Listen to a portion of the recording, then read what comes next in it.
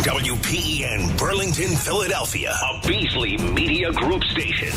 Official home of the Sixers, Flyers, Union, and the best Eagles talk in Philadelphia. 97.5, The Fanatic. Good morning. Thought I'd help you wake up. It's 6 a.m. and you're listening to The John Kincade Show, Philadelphia's longest-running sports talk morning show on 97.5 The Fanatic, Philadelphia. Let the party begin! The show starts now. Like sands through the hourglass, so are the days of our lives. At some point, the Philadelphia Eagles have turned into a soap opera, and none of us saw it coming. We never saw it coming. We didn't realize that this team was about to self-destruct amongst itself. At least we got to watch Dallas self-destruct yesterday. As we begin on this Monday edition of the John Kincade Show, Bradford Wright Water Heaters are here for the Pro, bringing the 6 o'clock hour.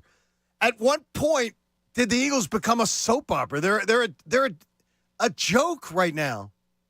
At 10-3, you would think this was a team that was sniffing themselves. There are only 4 teams in the NFC that have a winning record this morning. 4. ESPN stats and information. That's never happened before. You're in a really, really crappy NFC. You have opportunities galore to get back to a Super Bowl. The AFC has no juggernaut out there except potentially the Ravens, and I don't buy it. And you're sitting here putzing around yourself. Jalen Hurts is sick, has to fly out on his own. By the way, as Jeff McClain pointed out, third time in now I'm trying to do the mounts, third time in 14 months he's been sick for a Monday night game. He's already been sick twice before. Darius Slay has surgery. That was not planned for until the offseason. Did it have anything to do with Matt Patricia being named the new defensive coordinator? Who knows? And by the way, Nick Sirianni, I mean, the only thing missing is Geppetto. That nose is just going to continue to grow and grow and grow unless it's one of two things. Nick Sirianni can't tell us the truth about whether any changes are coming, or Nick Sirianni didn't know the changes were coming and they came from above him. At some point, the Eagles became team turmoil. And Dallas is in turmoil made by their play on the field. The Eagles right now, Bob, the sirens of disarray should be sounding because I have no idea what's going on with this team. Good morning to you, buddy. Good morning. Yeah, it's strange because if you look at the standings, and as you said, in the NFC, there's only 4 teams with winning record, a bunch of 500s in there. You look at the standings, wow, look who's sitting on top of the NFC East. The Philadelphia Eagles at 10-3. They're 5-1 at home. That's pretty good. 5-2 on the road. That's really good. 3-1 division, 6-2 conference. All of those things are great. It's the last line that has this whole team, town, fan base, whatever, in kind of an upheaval, and that streak, L2. They've lost 2 in a row, and look what it brought about. Yeah, I was surprised. You were on the air for it, right? Yeah, we were. We were right in the smack middle. Just started. Actually, a half hour into the show when we got word. So how do you look at it? If you want to be an optimist, you say, look, it was time for change. Everybody had been calling for it. The third down defense is horrible. The red zone defense has gotten really bad. The defense is trending downward. So change was needed. For a 10-3 team to do it in the middle of the season, yeah, that's where you kind of have some worries. Our own Tim McManus, ESPN.com, does a great job covering the Eagles. We love having him on. Asked questions to Nick Sirianni last week. I'm wondering if you're considering any coaching responsibility changes starting this week, including potentially trying to take over play calling to give the offense a spark. No. Okay, what's behind that thinking? I feel good with the people that we have in this building. We're 10-3. We're in control of our own destiny, and we're going to keep rolling and finding answers with the people that we have. So one of two things happened. Either the management above him did not like that answer and said, no, Nick, you're going to be getting rid of people. We're changing. We're going to make decisions. Or Nick Sirianni just said, I don't need to tell him the truth. It's one of the two. If you're not even – you could have given an answer going, everything is under evaluation when you lose 2 games like that. That would have been my answer. Everything is on the table. But we're not, nothing's pending at the moment. And you wouldn't have to be, you look foolish. Or he looks like he was sort of declawed by management. Well, you have also in the middle of the week the story that came out that the defensive players all got together and proposed the defensive game plan to Sean Desai on their own, saying this is what we see and want to do against Seattle. Now, then that was rebutted with that's common. Players and coaches work together. Yes. Okay, if it was so common, why is that coming out that they actually did that? So all of these things are going down in the middle of the week. Now we have talks in Tim's story. Either Tim's story or McClain's story, Jeff McClain's story, I can't remember, of finger-pointing going on after these last two games. That's okay. All right, you don't like to lose. You don't take losing well. You have to rise above it. But from what we were always told for the last couple of years, this locker room is so rock solid. What's changed? Is it just because of two losses that you're not used to that? Is because, an ass thumping? To me, and I talk about this all the time, leadership isn't all that big in my book when it comes to professional sports. But okay, if you want to keep preaching it, isn't this the time the leader should really shine after two ass kickings? And now it's like you have Fletcher Cox in a quote saying, yeah, it's time for guys to step up. And he goes on and on and on about we need leaders. And then at the end he says, and I guess I'm one of those guys too. Now, just worry about yourself. I don't care about this leadership crap. So anyway, getting back to what happened, I wonder if some of the defensive players went to Howie Roseman, made it known that we don't like to look. We heard what Nick Sirianni said about we're sticking with the guys. I think we should start sticking with another guy. It tells me though that either one of two things: either Sirianni just bold-faced lied because he didn't want to talk about it, which could be an option. I've been lied to by many a head coach in my career, or above his head decisions were made and he was hung out to dry because he thought these players would be back. These coaches would be back. Yeah, so he spoke on Tuesday and said that. Then Wednesday, the coordinators came out and talked, and Sean Desai was one of those coordinators. Which is weird. So when did this all go down? Does it matter? We had Trey Thomas on yesterday on our Birds Extra show, Pat and I. And he said, to the players, sometimes stuff like this doesn't really matter because you're just game planning. You're doing what you have to do. Whether the game plan comes from one guy or another, it doesn't really matter. You just go out and try to execute it. Okay, maybe. And maybe they get a game plan in their hand got one on Wednesday from Matt Patricia or Thursday. And they were like, okay, cool. We're down with this, and we move forward. Except Darius Slay. Who he was opted injured. to have his knee operated on. He opted for a surgery that was going to be happening at the end of the season. Why? Any idea that Matt Patricia was the new DC? Sure. That maybe he says, well, screw that. Maybe. Then he's screwing over everybody in the locker. If that was the case, and I'm not saying it is. Yeah, we don't know. If that's the case, because this was not supposed to be a scheduled surgery till after the year, according to the reports, this wasn't something. And numerous ex-Eagles have come out and said, this is something you handle. If you have a cleanup, like a scope cleanup, this is something you handle during the bye week. You do this on your bye week. You don't do this. Players said that? Yes. Oh, yeah. I didn't see that. Todd Herman's was one of them coming out. Oh, I thought you meant current players. No. Ex-players saying, no, the current players aren't going to say it. But, I mean, Todd Herman said it. Hugh Douglas came out and agreed. This is what you do during the bye week. If you have a little cleanup to go on, you get 2 weeks off. You got plenty of time to get in there, get it done, and be able to try to recover. Yeah, I don't know if it's gotten worse over the last, couple of weeks, few games. Just background for people that might not know. So Slay played for Patricia in Detroit, had some choice words when he was let go, saying the guy came in here, don't like each other. He said that Patricia came in and thought he was better than everybody. Now, when the Eagles signed Patricia for this season, Slay came out and said, yeah, everything's fine between us. We're cool. No big deal here. Look, it's worth wondering about. Sure. It is. And now, too, even more.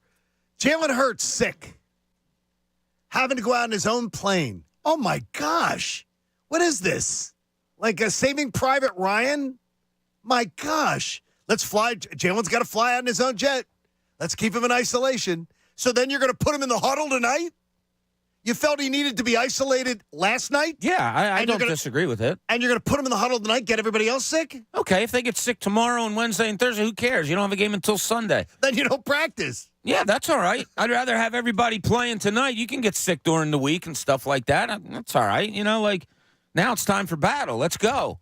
If he gets guys sick in the huddle, so be it. They have a full week to recover before the next game. Bob's heartless. Hey, I'm not being a jerk. No, I'm really not. No, but I'm just joking. I'm serious. That's the way I look at it. Like, if I was playing and my teammate who I needed was sick, and they said, yeah, he's still sick, but he's going to play, I'm like, hell yeah, he's playing. I don't care if I get sick off of him. I got to play the football game. He's got to fly out in his own jet. Brendan Gunn's in for Pat Egan. So he has to fly in his own jet, even. Yeah, I mean, we just saw what happened with the Sixers, though, the other day. The illness ravaged the locker room, and we were out without Maxey, without Embiid. So I can't risk that, I guess, but it is kind of funny. He's flying out private to Seattle. Oh, my gosh. I'll tell you what, and you've done it too, John, making that flight from here in Philly to Seattle. It's a long one. I don't care if you're on your own private jet or if you're sitting commercial with, little kids next to you. It sucks to be sick and fly that long. Oh, it's awful. Yeah, so I mean, I'm just waiting to hear that they brought like a medevac team with them, and we're giving him IVs on the plane and had a hospital bed, set up for it. I mean, my gosh, this team is so drama filled, and I lay that at the door of Nick Sirianni. It's his. This is his team. This is his leadership, and no matter where you try to spin it, this team is in disarray. This is a team that doesn't appear united. If you're hearing from credible writers with the Eagles, and they are, saying that there's finger pointing going on, that's a bad sign. That's a lack of leadership. And I pointed to it in the summer, Bob. 2 inexperienced coordinators was not the way to go. It wasn't the way. With a team that has Super Bowl aspirations, you don't say, yeah, you can learn on the job. Go on. Well, Desai did have 1 year under his belt, and he wasn't very good there in Chicago. It was horrendous. And defenses that he's been involved with in the NFL haven't been very good either. You can question the hiring and all those things. Why did they do it, though? Well, yeah, but okay. So look at the positive of it. So they corrected a mistake. So they decided to move on. Even though you're 10-3, even though you're in the battle of a number 1 seed for the NFC. You decided, yeah, we're 10-3, but this ain't good enough, so we're making changes. I mean, wouldn't you rather have a organization that is very hands-on that way as opposed to, no, we hired him, we still believe in him. If we went through 2 more weeks of the Eagles defense looking like crap and then saying, no, we believe in the side, that would tick us off more than moving them, right? It would, but I'm trying to find the positive here. But you only took half the Band-Aid off, Bob. Well, because you kept Brian Johnson in, and did you watch the Bills and the Cowboys yesterday? Did you watch it? The same Cowboys team run the damn ball at them. That's the game plan, but not for the Eagles. No, we got to pass. We got to pass, because that's more important. We're not going to lead with the running game. We're not. The Bills ran the ball 37 times yesterday. Because Dallas can't stop it. The Eagles said, well, we know they're vulnerable there, but you know what we're going to do? We're going to trick them. We're not going to do what they're vulnerable at. We're going to pass on them.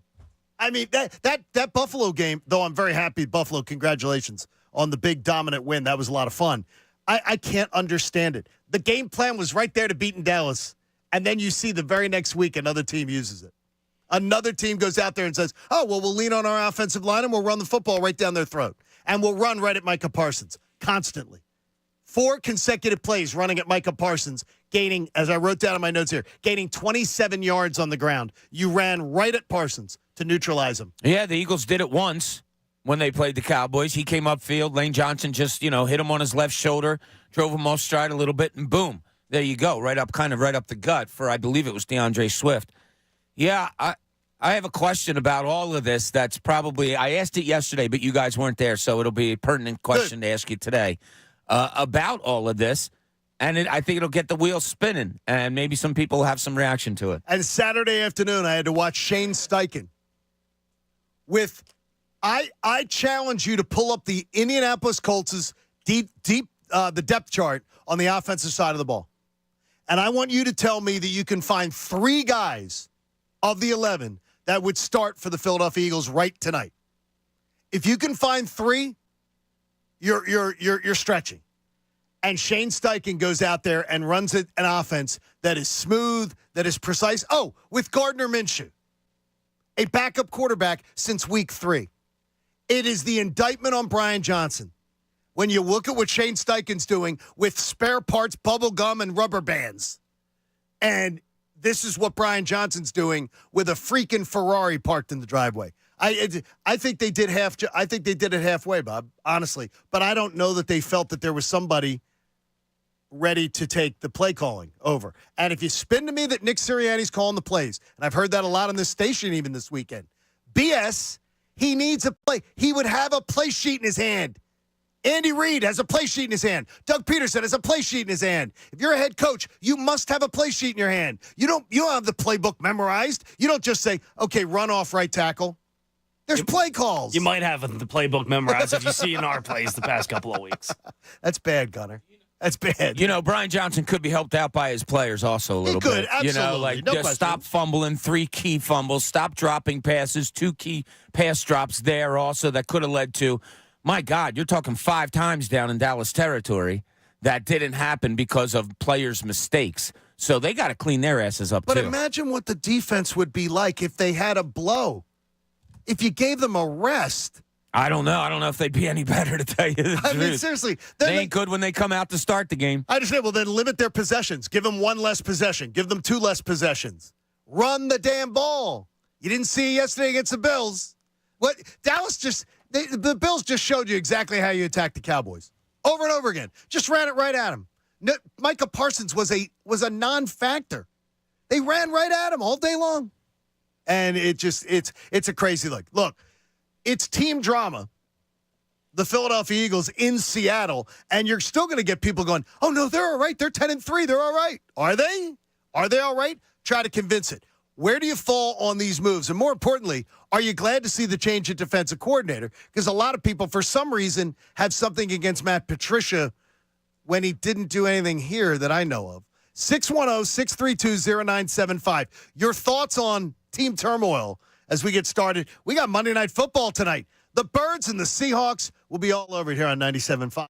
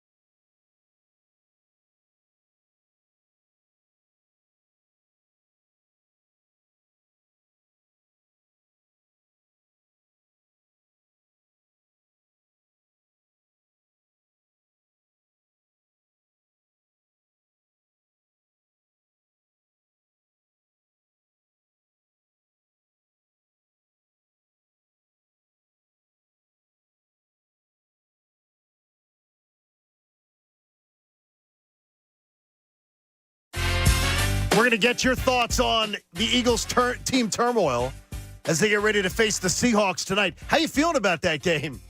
But more importantly, what do you think about this weekend?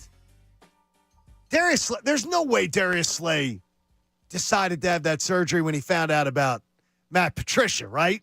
And more importantly, I ask you the one question, Bob, and we ask the listeners too. Do you believe that Nick Sirianni made the defensive coordinator change, or do you believe it was above his head? Oh, I absolutely think it was above his head. I don't think he has that much cachet there that he's going to them and saying, hey, I want to get rid of these guys. Now, if he wants to use time on his side, what was the downfall of Doug Peterson? That he was sticking too much with his coordinators, that he wanted them in there, and that Lurie and Howie apparently didn't. And that was the downfall of everything. Is Sirianni, I don't know, smart enough to go in there, for lack of a better term, and say, hey, I know what happened with Doug, that he stuck with his guys. I'm not really seeing it with Desai. I think we need to make a change. I don't know. It'd be kind of a smart move if you don't want to have the same downfall as Doug Peterson did, especially as quickly after a Super Bowl win. But no, I don't think Nick Sirianni has that much cachet there, and I don't think Howie and Lurie, and I don't think they should let him make those type of decisions. I think that's their job. Matt Patricia, 6 years as a defensive coordinator.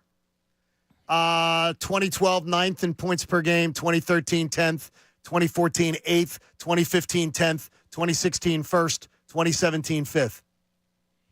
10th, the worst that he ever was, points per game. Jeff Kerr from CBS Sports, who joins us at 8 a.m.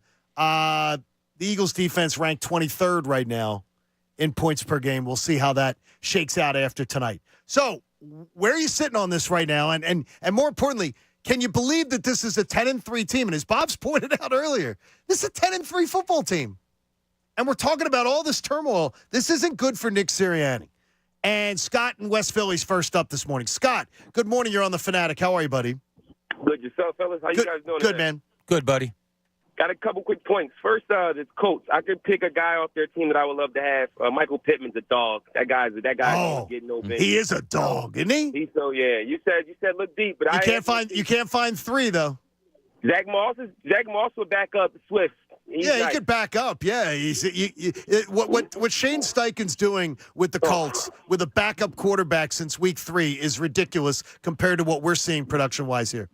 And I had no idea Shane had a hand in Herbert too. I read somewhere that he was on Herbert's rookie season. Yes. Oh my God. Yes, exactly. Oh my God, Shane's amazing. But to get to the Eagles, the Slay part, Slay's annoying to me now. Like, I got a Slay jersey, but he's starting to bother me. Like the podcast, what he had to say about how, we were bad, but I played good. Like, what is that? Like, come on, man. I think that the podcast is annoying me at this point. As far as the Birds are concerned, you said something earlier in the week, and I think the Eagles are missing that dog. Like, they don't got that dog in them this year. Like, the Niners, they got this bully mentality. They're like a dog. Like, you can't take their bones. The Eagles are just like, I don't know who's leading. Hurts is annoying me with the sideline faces. Like, it's time to wake up. Perfect opportunity tonight. Dallas lost. Like, let's get that dog back and show them what we are. Like, it's now or never. And good job, Scott. Good way to get it started today. And two, Bob, you win tonight, then all you have to do to win the NFC East and to get the 2 seed would be to win the next 2 weeks. Beat the Giants on Christmas. Beat Arizona at home. You'd guarantee yourself the NFC East, and you'd be the 2nd seed. At least, yeah. So, It's still out there for them. But it all starts tonight, and tonight's, it's weird. After you do something like this, where are you? What changes are made? If we look at this team tonight defensively, are we going to be able to see changes right away? We talked about it last week, about what are the changes you see with the naked eye? Blitz, right? Are we going to see more blitzing? Are we going to see corners up in press coverage? Are we going to see more of, say, Sidney Brown or something like that? We'll see. We just have to wait on it and hope that it plays out. But we can't forget this defensive change. Yeah, the offense last week with 3 fumbles and 2 key drop passes, they have to shore things up tremendously. Look, it's the holiday season, Gunner, and you hear Bob throwing in blitz in there. Is any other reindeer you're going to throw in there? Maybe. At this point? We'll see. Stay tuned all morning long as Bob puts in every one of the reindeer into his analysis. I'm telling you this. I don't understand. I heard some of it yesterday with Kevin Cooney. and Brendan was on with him. I heard you guys a little bit yesterday afternoon. There seems like there's negativity on Matt Patricia. And whatever it is, as a defensive coordinator, he has a really good record. Yeah, he won us a Super Bowl. He has a really good – please, you have the best defensive coordinator in the NFL this year was on the winning side that day too and gave up 509 yards or whatever it was. It was a game. Matt Patricia is a damn good defensive coordinator, and he has a damn good record to show for it. Head coach, he was an abysmal failure. It fell apart. But, hey, look, that's the way it's going. Dom in New Jersey joins us. Dom, good morning, brother. Good morning. How you doing today? Well, can you talk to me tonight at like 11:15 and then I can answer? I think so. You are absolutely right. The team's in disarray, and there's a lot of finger pointing and everything going around. The one thing I will say is that for all the struggles that we've seen throughout the entirety of the season, I can't sit here and say the Patricia change is going to work out, but at the very least, it's the first time we've actually seen this team try to change something. All year, the offense, not running the ball enough or not running the ball effectively, nothing has changed. Defense the past few weeks, nothing has changed. Here is a change. And as you said, it's only one half of the Band-Aid. But I wonder, they're not going to come out and say, yeah, we're stripping both coordinators of their power. Now, I wonder if on the offensive side of the ball, this change also makes them basically, sit down and be like, yeah, this is what we have to do. Because you can't just look at the defensive side of the ball and just say things are bad here, but good on the offensive side of the ball. You know what I mean? Yeah, I mean, it's just watching Steichen this weekend and watching that offense. It pissed me off, Bob. Thank you for your call. To all the listeners out there, to John, to you and Brendan, if I would have called you yesterday morning, this is what I brought up on the show yesterday. If I were to have called you yesterday morning at 8 o'clock and said, I got a crystal ball here, the Eagles are replacing one of their coordinators, who would you have said it was? I would have thought Desai. I honestly would have, but it would have been close. It would have been close because I don't know if I could have said it that quickly, yeah. Here's the only reason I wouldn't have said Brian Johnson, that if I came down to it, is that they have somebody in-house who is a proven defensive coordinator that has had really, really good success. They have nobody in-house as an offensive play caller that has had really, really good success. Yeah, so but you also have great toys on the offensive side of the ball. Yes. That, do you need to be some kind of offensive genius to get that going? I don't think so. I think maybe the offensive side of the ball sometime is overthought. But also, players need a kick in the butt too. We can talk coordinators all day long, but man, you got to perform out there, and the Eagles haven't been doing it. They just haven't. They haven't been tackling. They haven't been catching. They've been fumbling. All of those things. If that stuff comes together, your offensive and defensive coordinator look a hell of a lot better, don't they? I don't know, and Bob, I don't know if it's marching orders or not, but Joe Brady took over for Ken Dorsey in Buffalo as offensive coordinator. And yesterday, even Tony Romo mentions it, Jim Nantz mentions it. They never would have run the ball 37 times with Ken Dorsey. Yeah. Because he loves to pass the ball. Pass. They never would have done that. Josh Allen looked totally fine with it yesterday.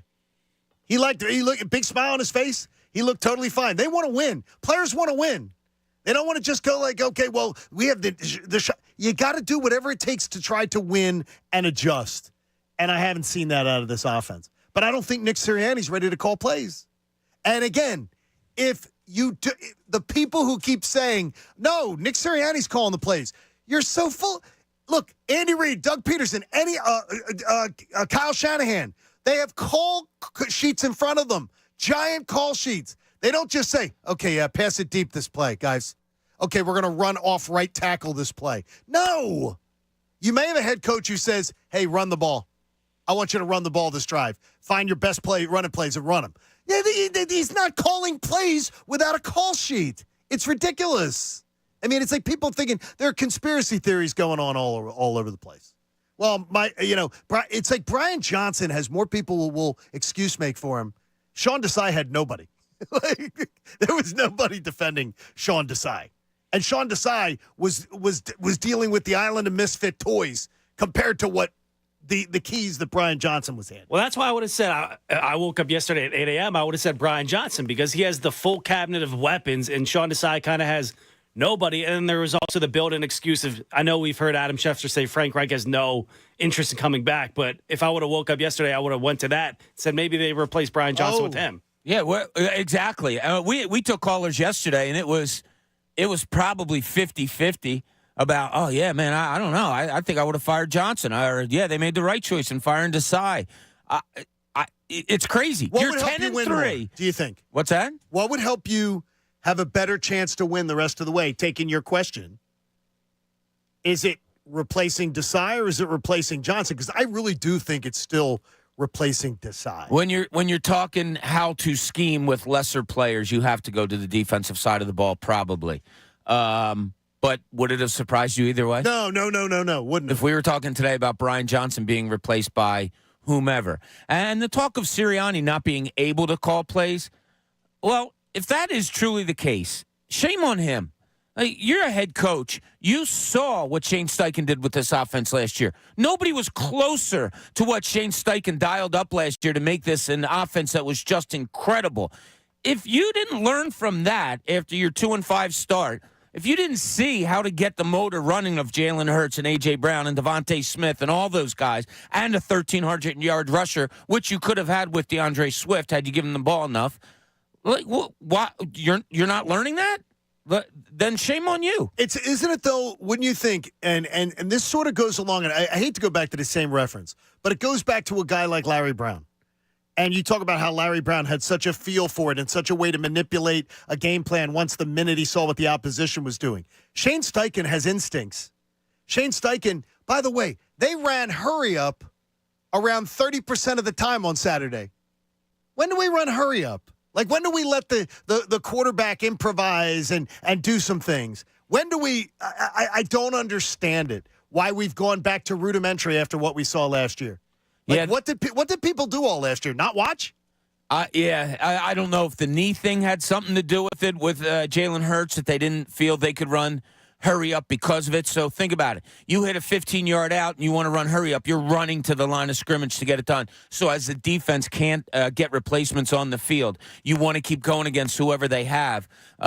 Maybe they didn't feel comfortable him doing that much running. I don't know. I've questioned that many weeks before of why aren't we seeing something different? Why aren't we seeing the hurry up? You have an experienced offensive line for the most part. Now tonight, with Cam Jurgens being out, we were talking to Trey about it yesterday. He said that could be huge. Your right guard is the one making the calls on the silent count. Oh, that's excellent insight. So, like Tyler Steen. I did not know that. Oh, I have. So Trey and I did a thing together on Thursday night, right? We were up in Lawrenceville, New Jersey for a thing. There was about 100 people lined up to get Trey's autograph and stuff. That gets done. We still have an hour to go, and things slow down a little bit. And he's like, all right, Bobby, here we go. And he pulls out his computer. He goes, let's watch some film. We watched film for over an hour. You know how the Eagles players were talking about predictability? Right. Where do you think predictability comes from? I guess film study, right? Where exactly? Yeah, so I put it to Pat yesterday. I said, tell me, what do you think predictable? He goes, well, that they're going to do this on second down, or that the receivers are running too long, or that you're going to hand off here. Trey opened up his computer and said, look, this is a pass play. I can tell before the play's even done. I said, why? He said, look at how the offensive linemen are standing. They give it away every time. The offensive linemen, and Trey showed me, God, we must have gone over 25 plays. Their stances and the head movement of Jason Kelce is really giving away what the Eagles are going to do offensively. Well, is that on Stoutland, or is that an arrogance? We asked him specifically, Stoutland. What did he say? Yeah, he said it's something that Stoutland should be approaching in practice. But is it an arrogance, too, that you can't stop us? We're going to win that battle? Look, we don't care? Yeah, it's funny because there's obvious times. When you're in an empty backfield, you probably know that you're not running the football. So there's going to be some of that, too. But at the same time, when Trey was breaking down the way you're supposed, fundamentals, and where you should be, it was amazing. Amazing that you knew what they were going to do, whether there was a running back in the backfield or an RPO. I mean, Trey was picking it up so easily. I'd be interested in if Trey hears this and comes up with an answer. I'd be interested to see if you looked at tape from last year, it's the same thing. Well, it's funny because he said when oh my God, Stoutland got here. I almost forgot. When Stoutland got here, Trey was doing stuff around the team, and he said that he picked up on some of that stuff too. I believe he said like Lane Johnson had it and they corrected it right away, or Lane corrected it, but it is something that you look for all the time as an offensive lineman. So I said to him, I said, your keen eyes pick this up. Are there players, coaches, all that around the league that do? He said, I can't promise you, but the good ones would. Yeah. And if he's telling it on 97.5 The Fanatic. Hey, that's Trey. Hey, Dredd, my man Dredd, what's going on this morning? How you feeling about this game tonight? Hey, man. Boy. Hey, he's nasty out here, too, man. Oh, it is. Be careful. Hey, but listen. How about the game? I'm worried a little bit maybe about Jalen, being sick. But my biggest gripe was really about and thank you, too, about your visual, about Nick Sirianni not making the play call. That was so clear. Now I got clarity. I and other people don't even got to think about is that part of the equation anymore. But on offense, man, when you look at Indianapolis, whenever I hear Indianapolis update, oh, God, it just breathes. It blows my mind, man. Yeah, and he's doing it with spare parts, Dredd. And be careful. I mean, it's terrible. Yeah. That's what I used to put my bike together with. Good job, Dredd. Be careful out there on the road. Stay attentive.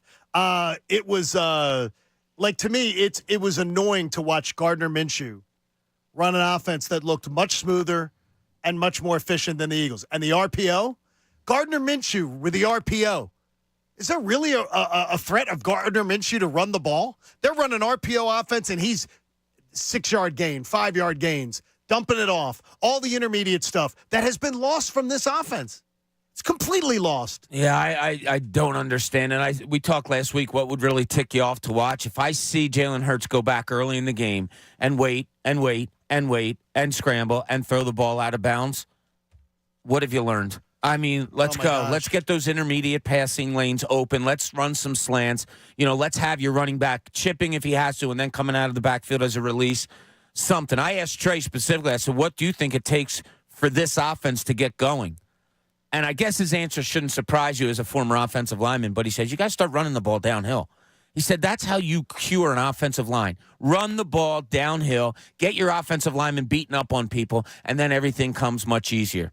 Whether they do that tonight or not, we'll see. And whether they should have done it last week against Dallas, the Buffalo Bills showed you yesterday, with not as good an offensive talent, that's exactly what they did. Hey, it's a Football Monday on The Fanatic, and it's presented by Pierce Phelps Bryant Heating and Air Conditioning Contractors. Visit nopaybryant.com. Get flexible spending options on a new heating and cooling system. Coming up, I'll ask this question to you. There are reports and credible reports from credible reporters that finger-pointing is going on in the Eagles locker room. I want you to tell me who's pointing the fingers at who or whom? Who's pointing the fingers at whom? Is it the offense pointing at the defense? Is it the defense pointing at the offense? Is it the defensive backfield pointing at the guys on the defensive line? I want to hear your theories. And since the Eagles don't tell us the truth about anything, you're free to theorize. I'd love to hear the answer. It's 610-632-0975. Like Dredd said, be careful out there on the roadways. It's the John Kincade Show here on 97.5 The Fanatic. You want to hit a home run? Sure you do. The best Christmas gift that she's just going to love, and it's a no-brainer, and you still have time to be able to get it, and it'll be here for Christmas, is Pajamagram and their famous natural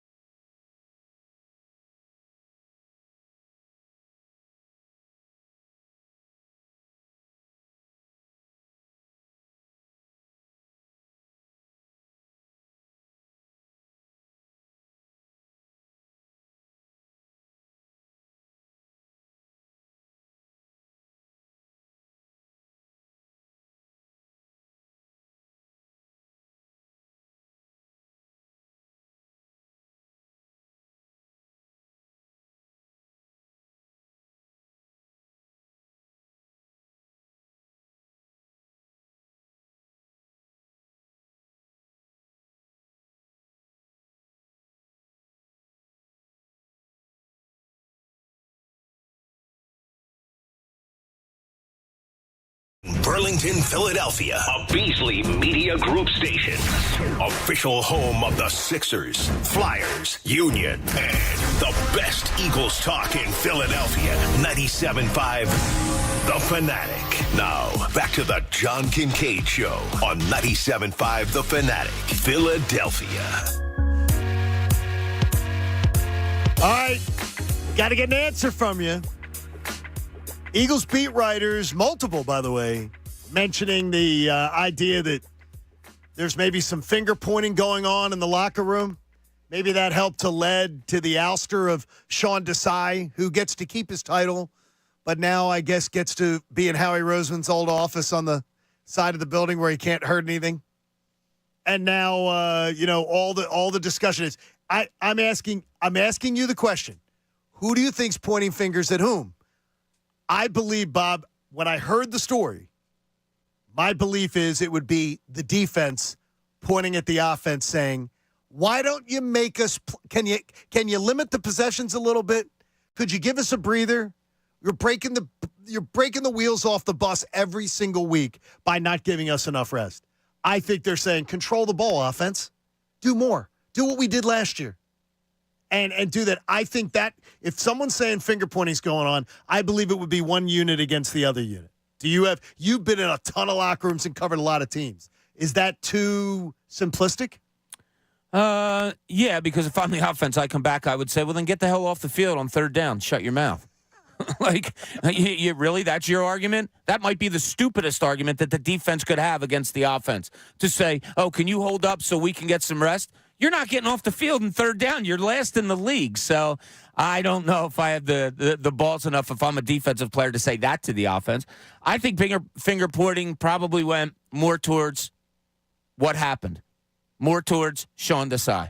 I think it went towards, like, what are we doing here? What is going on? I think Jeff McClain said when I heard him yesterday or the other day that he was in the locker room and that Josh Sweat kind of went off saying, I don't know what's going on here. And he said it over and over again. I don't know what's going on here.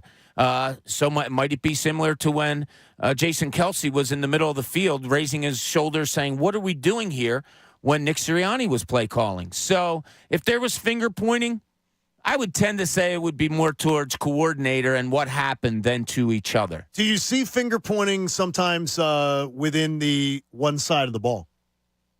Like maybe the secondary pointing at the defensive line line pointing at the secondary. The units are separate. There's no doubt about that. We can talk team all we want and all that. Room, right. But yeah, it is. And sure, does some of that go on? Sure. Just like you cheer for the offense cheers for defense and vice versa. You're going to get upset when they're not doing well or maybe not playing up to your expectations.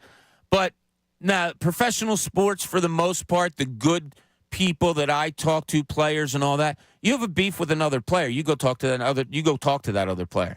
And it's not something that you finger point or say out loud. That's a one-on-one thing. Brandon, do you have a theory where the finger pointing went? Yeah, I mean, I kind of agree with Bob where it's pointing at the coordinators itself, not the offense pointing at the defense. I mean, there was reports that the defensive side of the ball lost.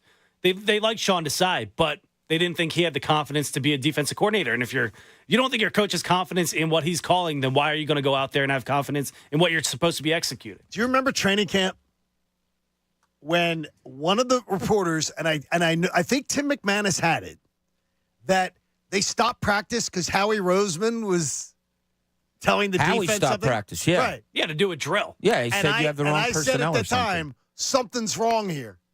Like, that's really wrong. The general manager doesn't do that. Yeah, at that point, Howie Roseman was thinking, I got the spot just for Sean Desai, back to this little tiny closet, the Harry Potter closet I was shoved in. Yeah, the worst thing you can hear in sports, and something that I was very reluctant to write at the time, is that such and such lost the locker room. I mean, that's damning. That's coach. I don't want to say suicide, but it's coach killer. Leads, yes. Yeah, it is a coach killer, and that is starting to kind of leak out. Did he lose the locker room in Sean Desai? Maybe that was the problem. Hey, Brian in South Philly, I ask you the question: where do you think the finger pointing's occurring if it's happening? Good morning. Good morning. Hi, Brian. What's up, Brian? So, I don't believe there's finger pointing, honestly. I think it's one of the things where we've just been we lost 2 weeks in a row. You know, it's controversy. I don't think either side has the ability to point a finger at anybody. Yeah, but the thing is, Brian, though, just to correct you there, though, there's guys who are very credible that are actually in the locker room every day who say it's going on.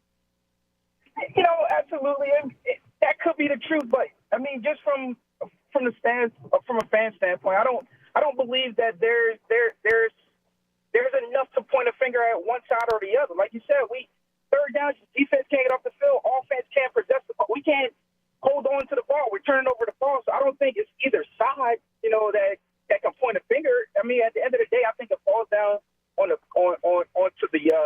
the head coach. Yeah. Look how long it took before Nick Sirianni decided to say, "Oh, now my defense is actually having a problem. It's a problem now. Maybe I should change it." You know, going into week 15, we knew this in week 13 and week 12 that there was a problem on the defense. You know. Yeah, I mean, that's the thing, Brian. You bring up a great point. Thank you for your call. Bobby brings up the point of this all falls under Nick Sirianni. And if this move came from above his head to remove Sean Desai and demote him down, then to me, it makes Nick Sirianni look really dumb because he went out and was said it with his chest, as Pat Egan would say. No, we're not changing anything. We have great faith in the people in this building. No, we're not making any changes. And then it happens. To me, that says he was forced to make a change. Yeah, well, he doesn't make the changes. The owner and the general manager make the changes. Coaches don't fire people. Yeah, even on his own staff. Hell yeah, they work for those people. They work for those people. The coordinators. Yeah, do they work for the head coach? Sure.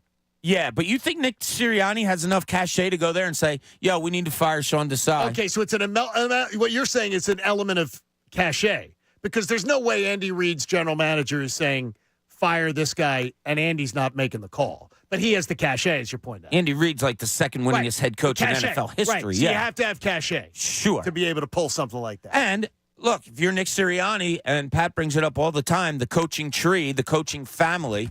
You're not throwing anybody under the bus. You never know when things go around and come around. And we've seen with Nick Sirianni, with Shane Steichen or Frank Reich, whatever it was, that he's all for the guys that he used to work for and all for the guys that he used to work with. You don't ruin that coaching tree. So what he said, maybe he believed or he had their backs. And then, they came to him and said, "Nah, we're making a change." Keith says on Twitter, to answer Bob's crystal ball question, I would have guessed that Frank Reich was back. That was his guess. So Brendan sort of went along with what you were saying. That if they had heard you called us at 8 a.m. and said, here's what's going to happen. Yeah. He thought it would have been Frank Reich. How about that? Yeah. Because I honestly struggled with myself, and I did it on air yesterday with Pat. I don't know what my answer would have been. And you can make the case for both ways easily. I went defense just because of the fact that I thought, okay, it's going to be that's the unit that statistically is just horrendous. As I said last week, being at the time 5th from the bottom in points per game allowed, that's ridiculous and a disgrace. And so they're going to get over it. 7 o'clock hour tonight is brought to you by the all-new Bet Parks app, sportsbook and casino, in one sleek, easy-to-use app in Pennsylvania and New Jersey. It just feels like night. Because it is so dark outside. Be careful out there on the roadways. John in Tennessee jumps in with us. John, how are you? I'm doing well, boys. Thanks for taking my call. All right, where's the finger pointing going on? Because they say it's going on. So where's it going on? I'm going to take this in a different direction. I don't think there's enough calling each other out. There's not enough. Good teams, like we remember the Patriots' reign. They talked about how they called each other out in the locker room. And calling each other out in the locker room is a different than finger pointing to the press or to the media or on your podcast. And I feel like they're not doing it enough. They're not voicing their opinions. Just like on the field, they're not manning up. We're not seeing that aggressiveness, that masculinity. And it shows. You see, like when Kelsey throws up his arms, they're frustrated and they're not addressing the problems. And I'm talking about offense calling out defense, defense calling out the coaches calling out the players. There's not enough going on. You think that's a good? You think that's a positive thing, John? Yes, when they're in the locker room and it's face. Well, no, face to face. We don't know. I mean, like it's more of like I don't know. I guess I sort of want to see them a little more unified, Bobby. Yeah, and there's never been a question before these last 2 weeks about the unification of this team. I mean, it's always talked about how great the locker room great is, culture, what a great leader Jalen Hurts is, and this is how they do it, and they bought into one step at a time, and you don't climb the mountain, and, you plant the seed. All of those things, they're all great when you're winning. They're corny, and then they become cool because it worked, and, now it's back to corny again, and now it's back to, is this locker room really as terrific as everyone thought it was? There's an in-between to everything. Dallas beats the pants off of the Eagles 2 weeks ago, and it's like, ooh. Dallas is the team. Look at that. They go there this week, and you have idiotic Dallas media people throwing jerseys in trash cans. Again. That's just the ups and downs of all this. How do you ride it? That shows your leadership. That shows, how good of a team you are. The Eagles decided not to ride it. They decided to throw some people off the boat, and that was shown to Cy. And so you can look at it and say, man, I love this organization that at 10-3, they still decided they needed a change. Or you can say, oh, my God, what are they doing? They're 10-3 and they're panicking? It does feel a little panicky, but if it works tonight, it'll be having us all smile. Chris in Philadelphia joins us. Chris, where's the finger pointing going on, do you believe, if it is? Dude, it's happening with Darius Slay. Oh, yeah, 100%. You're right. 100%. After every game, he's fighting for his life on social media. He highlights it every game. It's just you can't deny it. What was with that? What was with that podcast? I mean, honestly, I played great, but as a team, we were terrible. Like we played, and he used different terms, but that's because he didn't stand up for James Bradbury. Yeah, and honestly, like I said, I don't think it's the offense, because the offense, to me, I feel like they have a better bond going on with them, and they can figure it out in-house with themselves, and they can get everything going. But I don't think the defense is on those type of terms. I think they're just going through a rough patch right now, and I don't think Desai was the guy to get it in line. I think he just was really pushing everything, and I don't know. Every press conference he was in, he was saying that he was the guy. He got to call better. He got to pick the right plays at the right time, and I just think it was really Desai's fault. So I think it's a good move that they changed him out. Hopefully we see some good stuff tonight. Appreciate it. Yeah, and I'm interested to see, can we, with the naked eye, before we see the All-22 or anything of the sort, are we going to be able to see noticeable change in the defense tonight? Can I look out there and see what? Am I going to see corners that are playing up on the ball? Am I going to see safeties that are blitzing, that are, coming in and having maybe rush blitz? I don't know. We'll see. I think you're going to see a more aggressive defense. Well, you better be careful, because you're going against three really good wide receivers. But it might be Drew Lock. Yeah, it could be. You could have Drew Lock in there.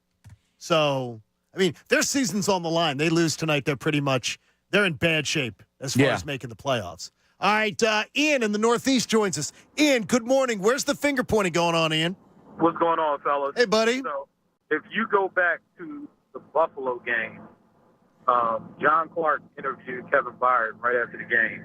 And Kevin Byard's been throwing Desai under the bus since then, every week.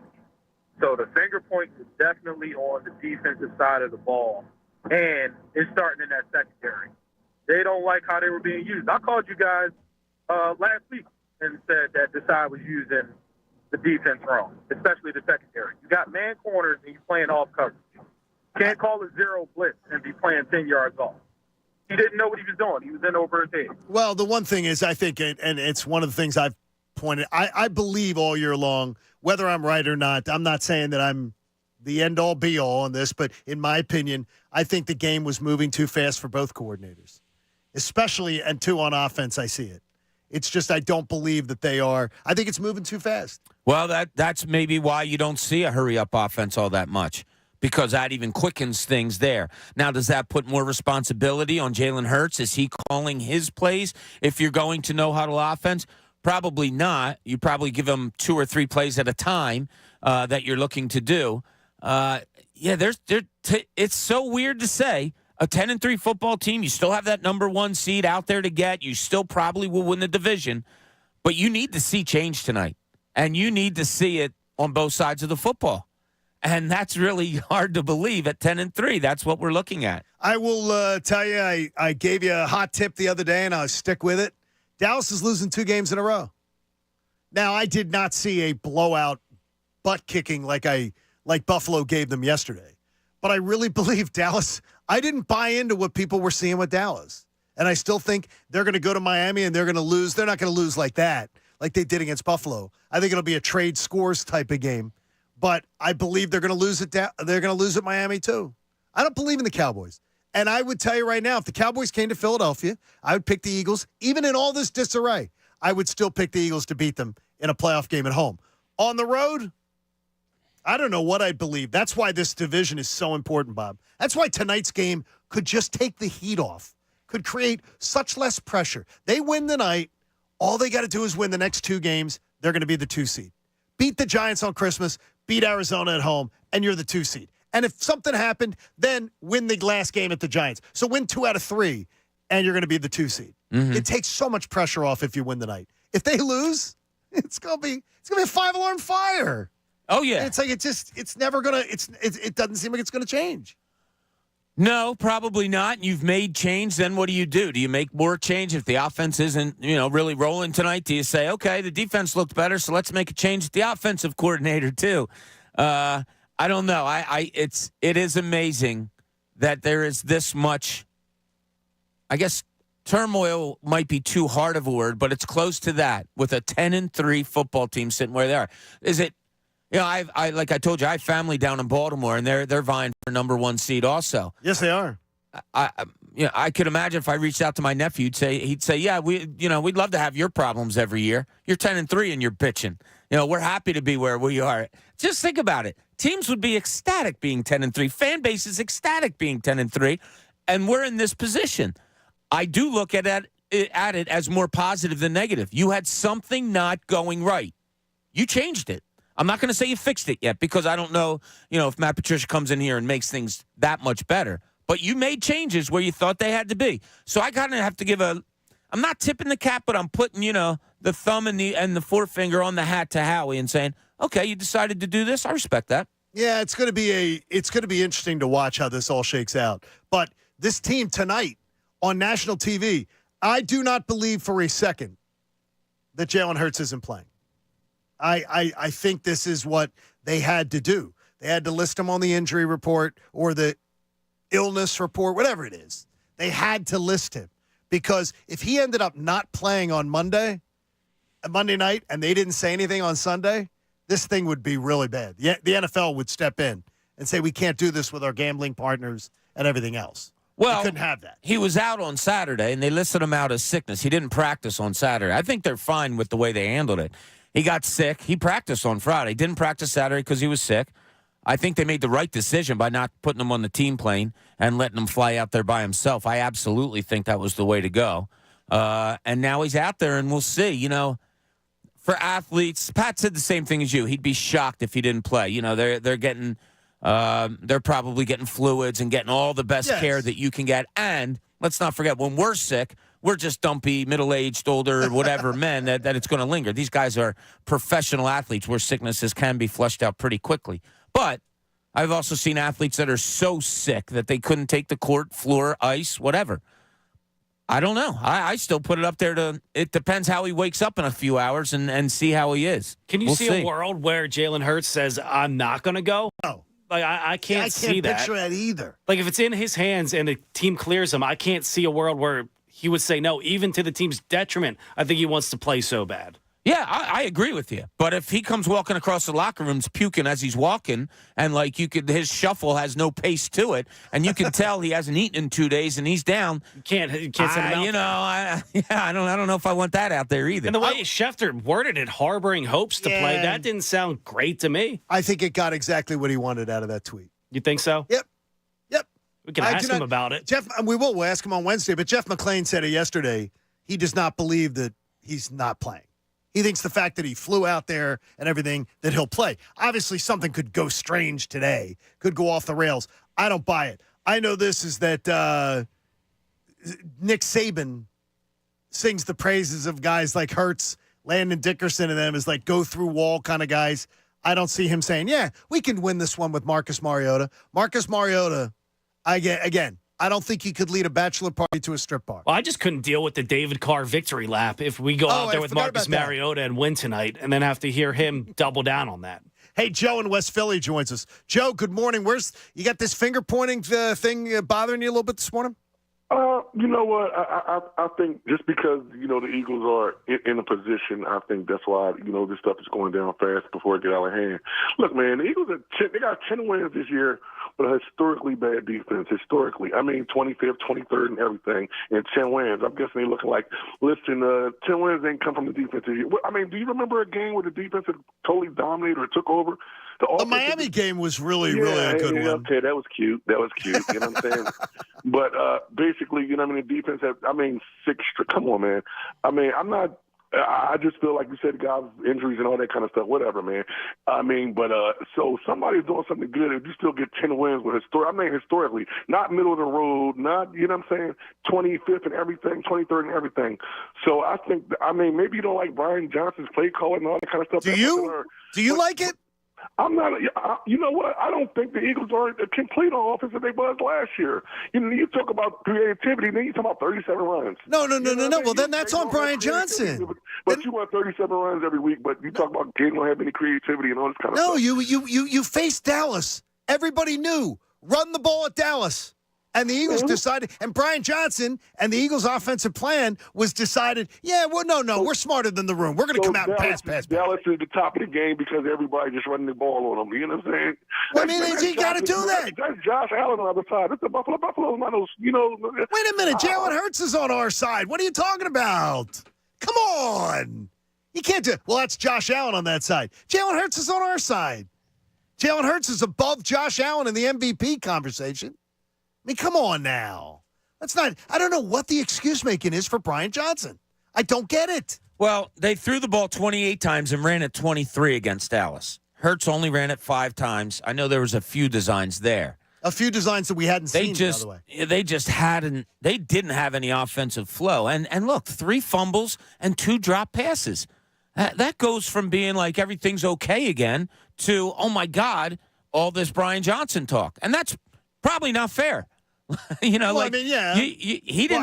nothing to do with Jalen Hurts and Devontae Smith and A.J. Brown fumbling those footballs. He had nothing to do with Jalen Hurts dropping a beautiful pass right into the breadbasket of A.J. Brown at like the 2-yard line or whatever and him dropping it. Or Devontae Smith getting 2 hands on a ball near the end zone and him not coming up with it. Those things happen and don't happen. We got a totally different outlook on this team right now. But he also has the best toolbox to go up against defenses, arguably in the entire NFL, and on the offensive side of the ball.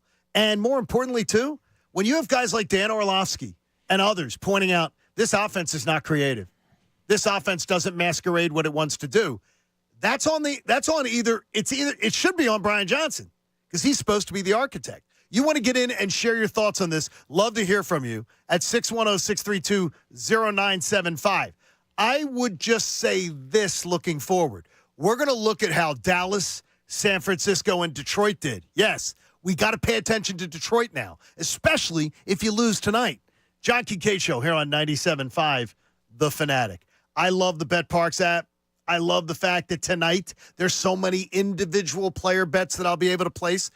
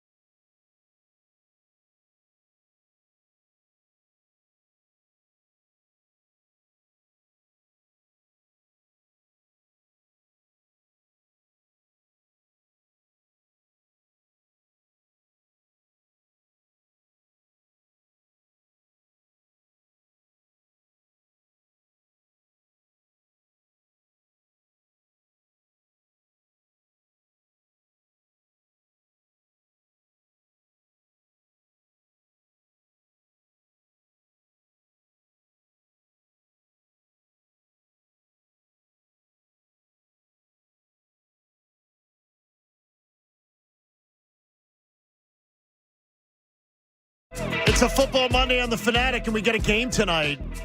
It's presented by Pierce Phelps Bryant, heating and air conditioning contractors. Visit nopaybryant.com for flexible spending options on a new heating and cooling system. Jeff Kerr from CBS Sports joins us at 8 o'clock to preview the game and to talk a little bit about these coaching staff changes and more. As a lot of you have been sharing your opinions this morning and your thoughts this morning. Let's look quickly, though, a little bit about the landscape. Because yesterday, Bob, for a while, it looked like the Arizona Cardinals were at least going to – they hung around for half. And then San Francisco just bullied and imposed their will in the second half. So the 49ers sitting there again, a half game ahead of the Eagles going into tonight's game, still in control of deciding. They win their last 3 games, and I didn't see them losing any of them. They got the Ravens on Christmas night. They have the Commanders on New Year's Eve. They have the Rams at home. They're at the Commanders on New Year's Eve, and then and they've really folded the tents. So 49ers need a little help. Eagles right now back to the 2 seed temporarily, but ahead of the Lions. You lose tonight, Bob, you're tied with the Lions. 10-4 records, 6-3. Both of them in the conference would be 6-3. That's a little dangerous there because the 2 seed was one of those things you said, oh, well, we'll get the 2 seed. I wouldn't want to have to go to Detroit and try to win a playoff game either. No, but does any of it matter if you don't write your own ship? I mean, if they go out there tonight and don't have a good outing and maybe still win, you're going to have the doubts. Maybe the team still has or gets doubts of where exactly is this all going. Things need to be righted, and they need to be righted quickly, and it's within. So if you can start performing better because of the talent you have, yeah, that 1 or 2 seed should fall into place. But if they don't start fixing things, it doesn't matter. I think it's a good point. That's a good point. You see, you can look at all you want about things that have to be fixed, but if they don't fix their own ship, But that was a big win yesterday from Buffalo. That just gives that really just and I thought it would happen. I think it's going to happen again. So now the Eagles just have to go out there and win 3 of their final 4. Win 3 of the final 4. You're going to be the NFC East champs. So you could lose tonight. Go win your last 3. You're also winning, thanks to Dallas coughing it up yesterday. Yeah, one thing looked blatantly clear to me yesterday. What was that? And that is that the San Francisco 49ers are by far the best team in the NFL. They're right so now. complete. Right now, yeah. They are. I mean, McCaffrey's running and catching so perfectly. Deebo Samuel's such a threat. Purdy just knows where to go, when to go, how to go all the time. You still have a really good tight end in Kittle. Ayuk's a great receiver also. They are, and their defense is, I guess it was Connor yesterday was saying on our Birds Extra show, they're just nasty. And one of our callers said today, they're a dog that doesn't want to give up the bone. And they play like it. Yeah, I just think watching as many games as I did yesterday and this weekend on Saturday also, nobody compares to them. And that's after a slow start against Arizona. They really look amazing. They are really good. Mike and Delran. Good morning, Mike. It's game day. Yeah, it is game day. What's going on? But the last 2 times I screamed it's game day, we didn't really have anything to be excited about. So I'm just doing a little calmer this morning. Hey, John, that little Ohtani read before the break ended gave me an idea. I'm going to go to work today. I'm going to see if they'll give me $10,000 a year for the next 10.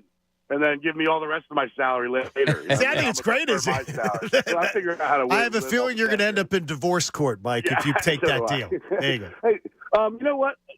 I hate the nights. I hate that we're playing tonight, man. I don't want to stay up late anymore for these games. I can't do it. I mean, I don't dig it either, and we won't have any in the last 3. So I think you're safe with that, except 425. That's all right. Yeah. So I think they need to win tonight. They got to win. You have to right this ship, like Bob said. I mean, if you have a close game and win, I'm not going to be happy about it. But you need to win because the next 3 games are like I feel a cakewalk type of games, right?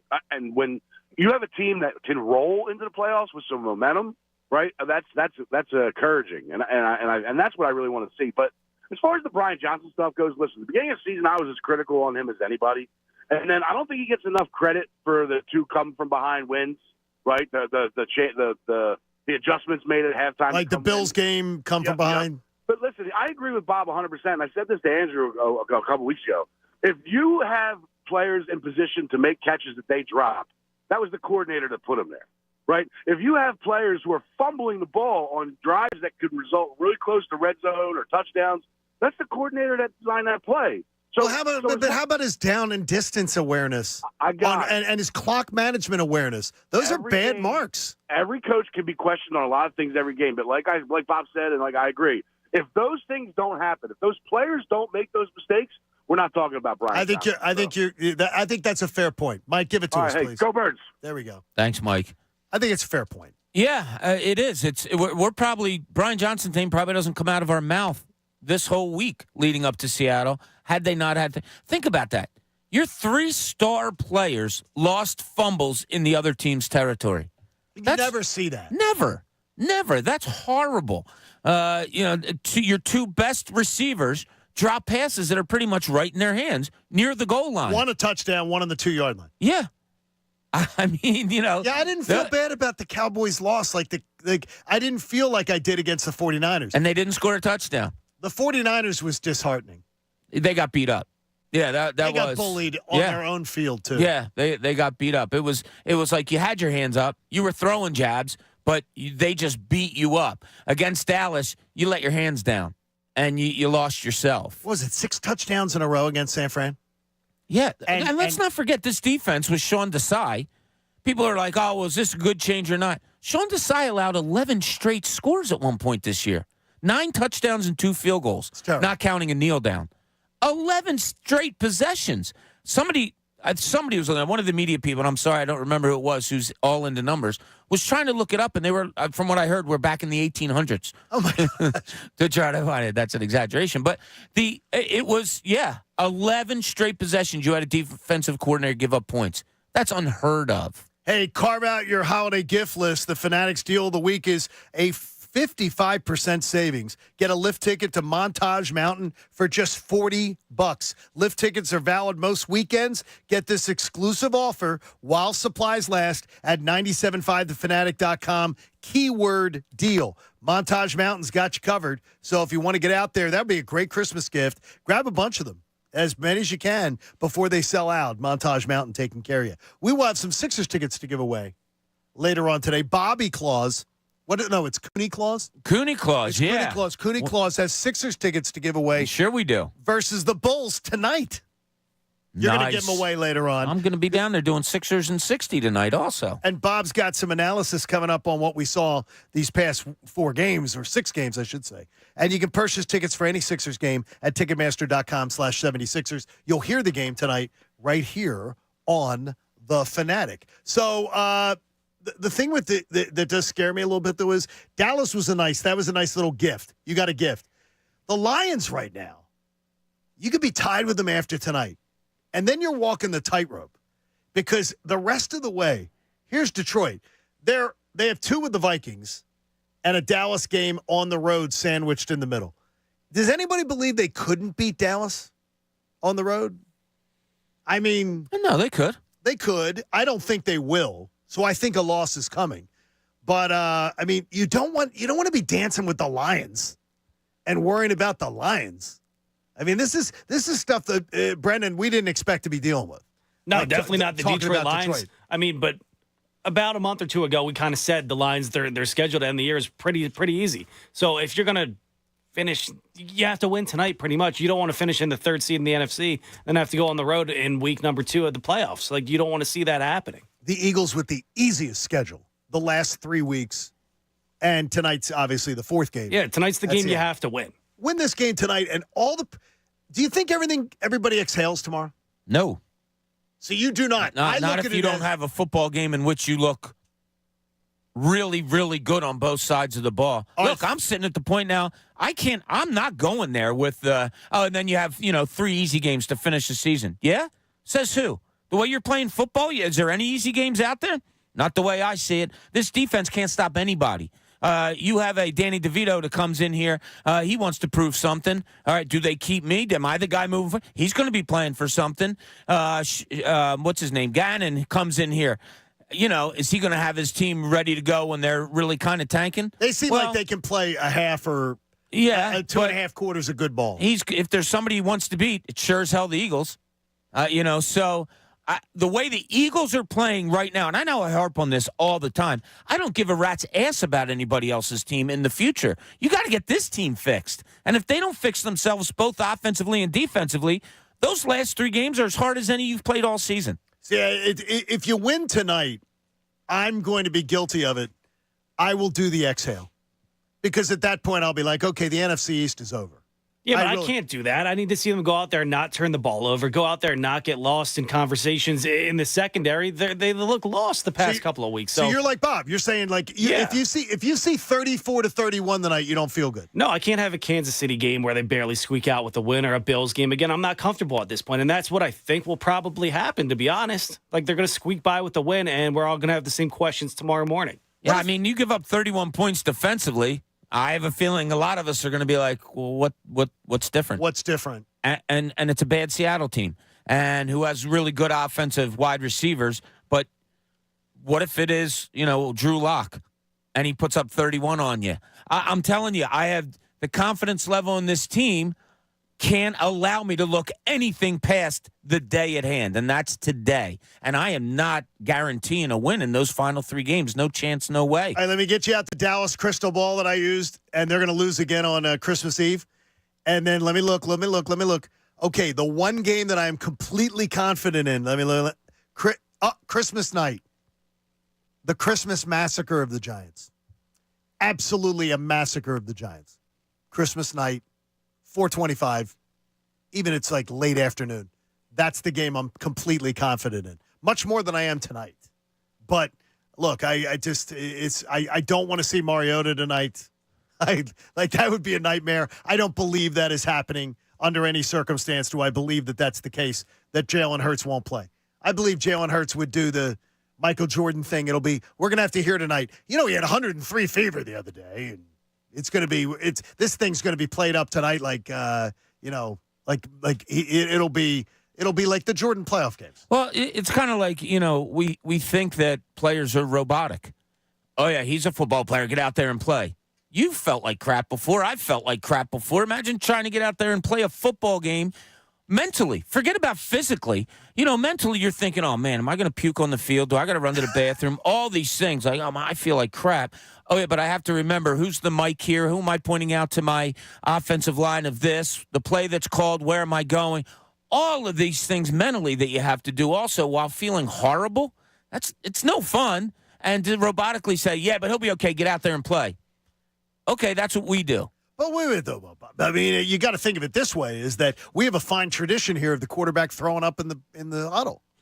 I mean, if he's going to do it somewhere, do it here. I can't imagine with that face mask in front of you, because there has to be residue that's left over too. Okay, sorry, people That's that are terrible. eating. We'll change the that is subject. terrible. Yeah. All right. The Sixers is a great subject to change to.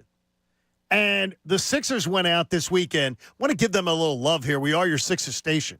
And the Sixers now have a 6-game winning streak. And Joel Embiid has averaged 40 points a game in that streak and taken 3 fourth quarters off.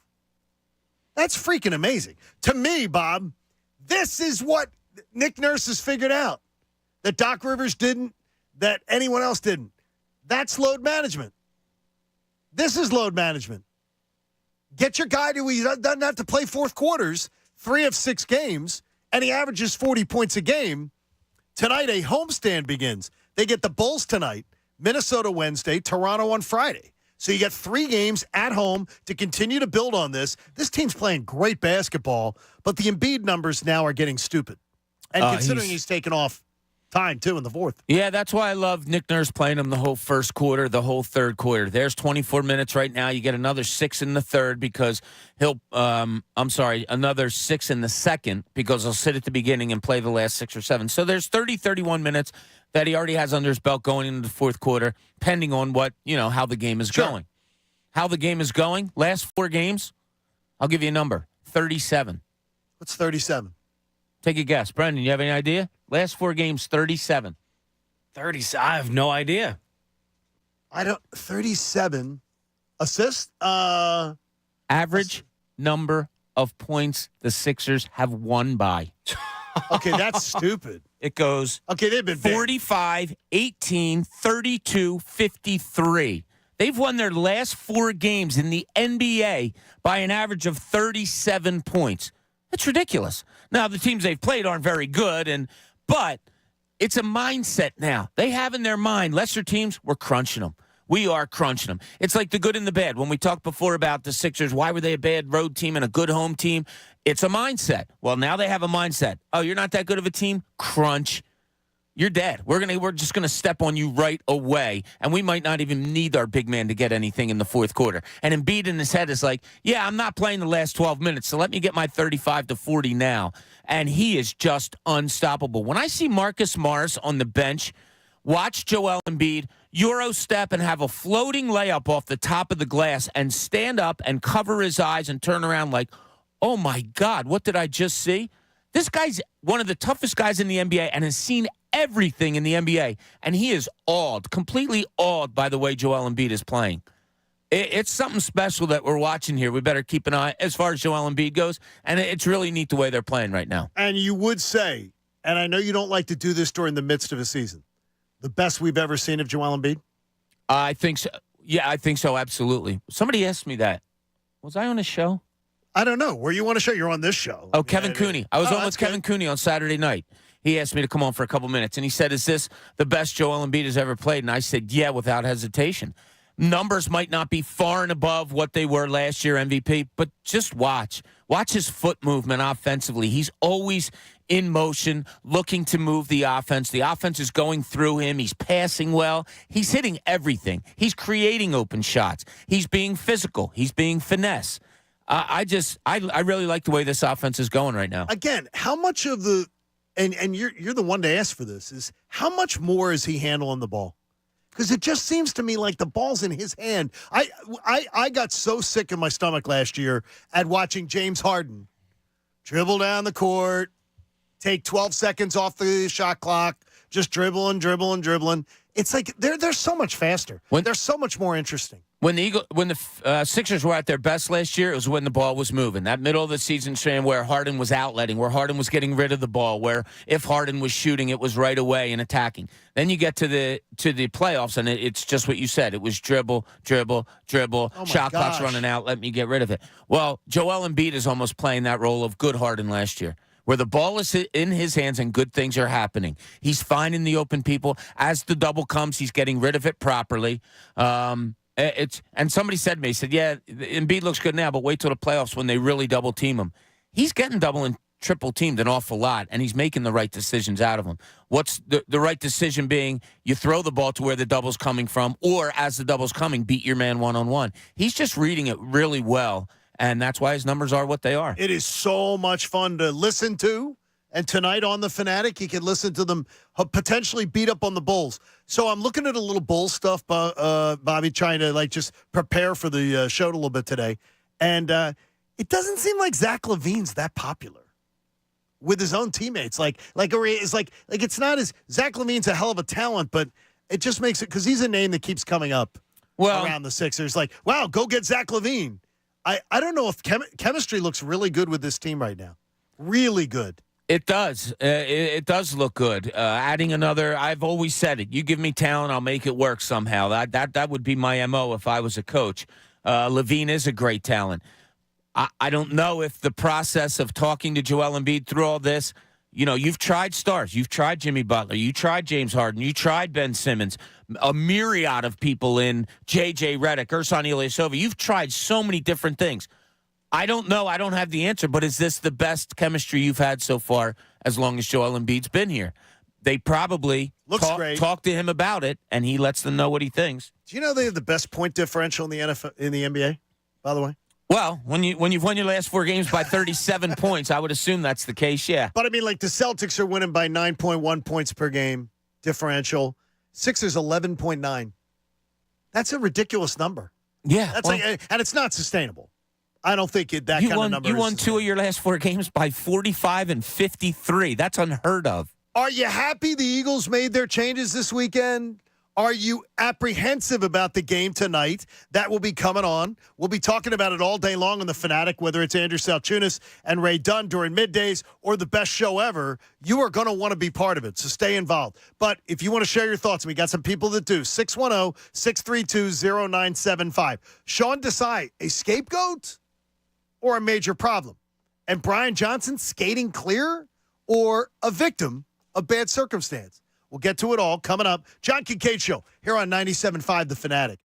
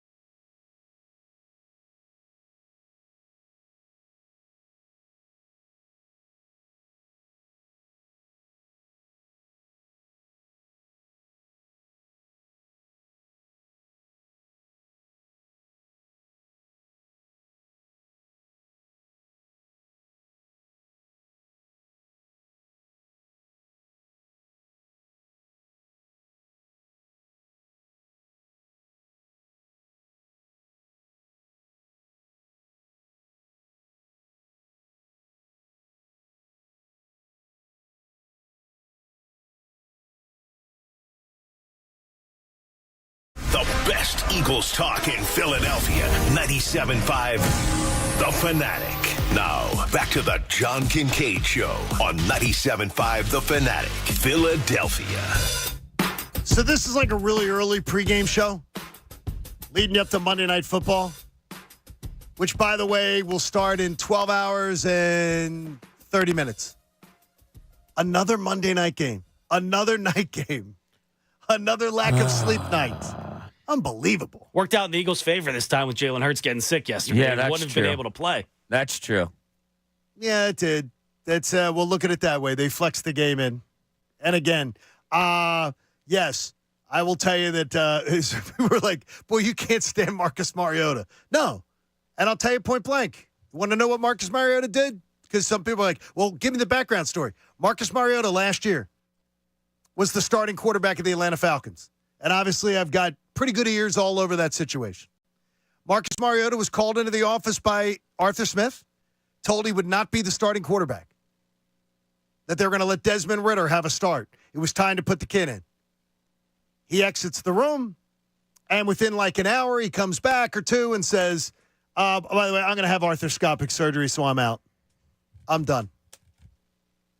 He quits on his team. Yeah, that's a sucky team and organization anyway, so That's terrible. good for him to That's get out on him. That's a bad. He did the same thing, and by the way, he did the same thing in Tennessee. He could go in and win a game tonight.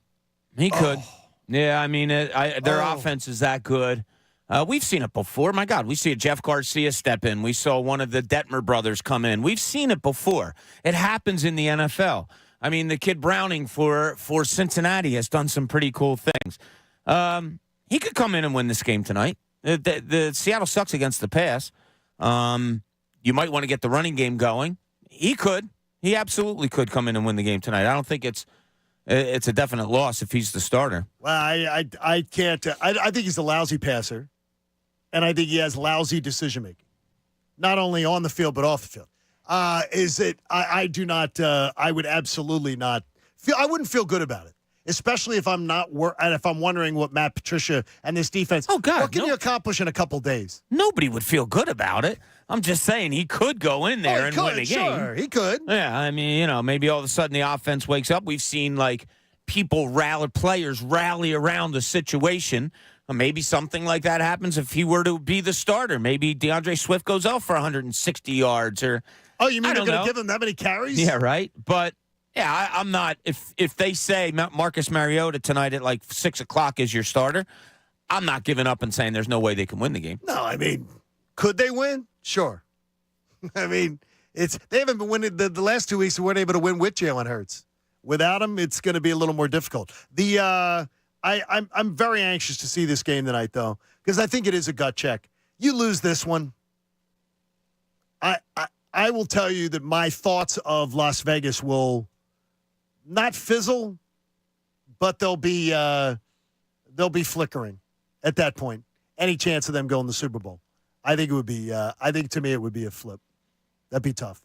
I think right now it's really tough. I don't think you can look at it at all. No, I think San Francisco is heads and shoulders above anybody in the NFC right now. Right now, this week, as we speak, head and shoulders. I got to ask you this, Bob, because you worked in the newspaper industry, and we're going to get to your calls at 610-632-0975. I would imagine there's some editors today going, and Jim Frisk brings it up from PJ's. How did Jay Glazer get the scoop? And none of the local beat writers had it. Because the Eagles called him and gave it to him. So you think that's exactly how it works? I don't think that's exactly how it works. That's exactly how it works. I told you before. I had a story on the Sixers that I had. And I did the right thing, let their PR guy know. I had already written it. I had my finger above the send button. I called the PR guy for the Sixers and said, look, I got this. And he said, all right, can you give me like 15 minutes to call Woj? And I went, send. Good. Sure, go ahead. Good. Call Woj all you want. Yeah. And that's the way it works. You want to keep your goodness in with the national media because Jay Glazer's going on national TV to talk about you. He's not waiting to write a story on a website, which they, I guess, look down at, whatever. But, yeah, that's the way it works. That's absurd. That's the first time I heard that story. Yeah. Oh, yeah. Yeah, that's not right. No, it happens all the time, though, what Bob's saying. That happens frequently. Yeah, we were in Indianapolis. I had something that came directly from the person it was going to be and gave me everything. And I said, is this getting out there now? He said, Coach Cooney, nope, you're the only one that has it right now. And I wrote the story, and it played out exactly like that. And the exact words, give me 15 minutes so I can tell Woj. And the guy said that. I hit send, made sure my editor had it, kept him on the phone for a little bit. My story was out before he even had a chance to call. Oh, you held him on the line, too, so he couldn't call Woj. Oh, yeah, absolutely. That's awesome. Like, you see these guys every day as the beat reporter for the team, and they're not going to show you any, like, kind of loyalty. They'll just go to national TV. Like, I had players who would see stuff like that and knew what was going on, and they'd pull me aside and they say, look, that's not fair. Let me give you something. You know, and they'd give it up. And, you know, that's the wins and losses of it. You hope to build relationships enough that players – PR people, coaches trust you. But no, years ago it went to the national media comes first, beat guys come second. Hey, before we get to Jeff Kerr from CBS Sports coming up at the top of the hour, on all of the team turmoil updates, Ricky in North Jersey's on the line. Ricky, it's a hazardous drive out there. Be careful, buddy. I know. Good morning, gentlemen, and to all our fans, be careful because it's kind of treacherous out. But let me start off with this. I'm very happy with the move with Matt Patricia, and I'm going to tell you why. If you look at yesterday's Buffalo-Dallas game, which I was glued to the TV, you see that Buffalo made the changes, and you see the difference of their team. Number two, I know that's going to make a big difference to our team, and I'm going to tell you why. Not for only the defense, but also for the offense, because Brian Johnson now has to say, wow, in the season, late in the season, we made this type of change. He is on the hot seat also, that he needs to step up because we got to be all in right now. We can't be afraid. And what Buffalo did to Dallas by running the ball, that should also awaken Brian Johnson to say, well, Josh Allen only threw for 94 yards, but they had over 200 yards rushing, and they dominated the game. What do you think, gentlemen? I just wish that our offensive staff had watched that and had the same plan and knew how Dallas was vulnerable. They literally took one of the greatest defensive players in the game in Micah Parsons out of the game. They made him ineffective. Yeah, well, they ran the ball 49 times. The Eagles only had 53 plays against Dallas altogether.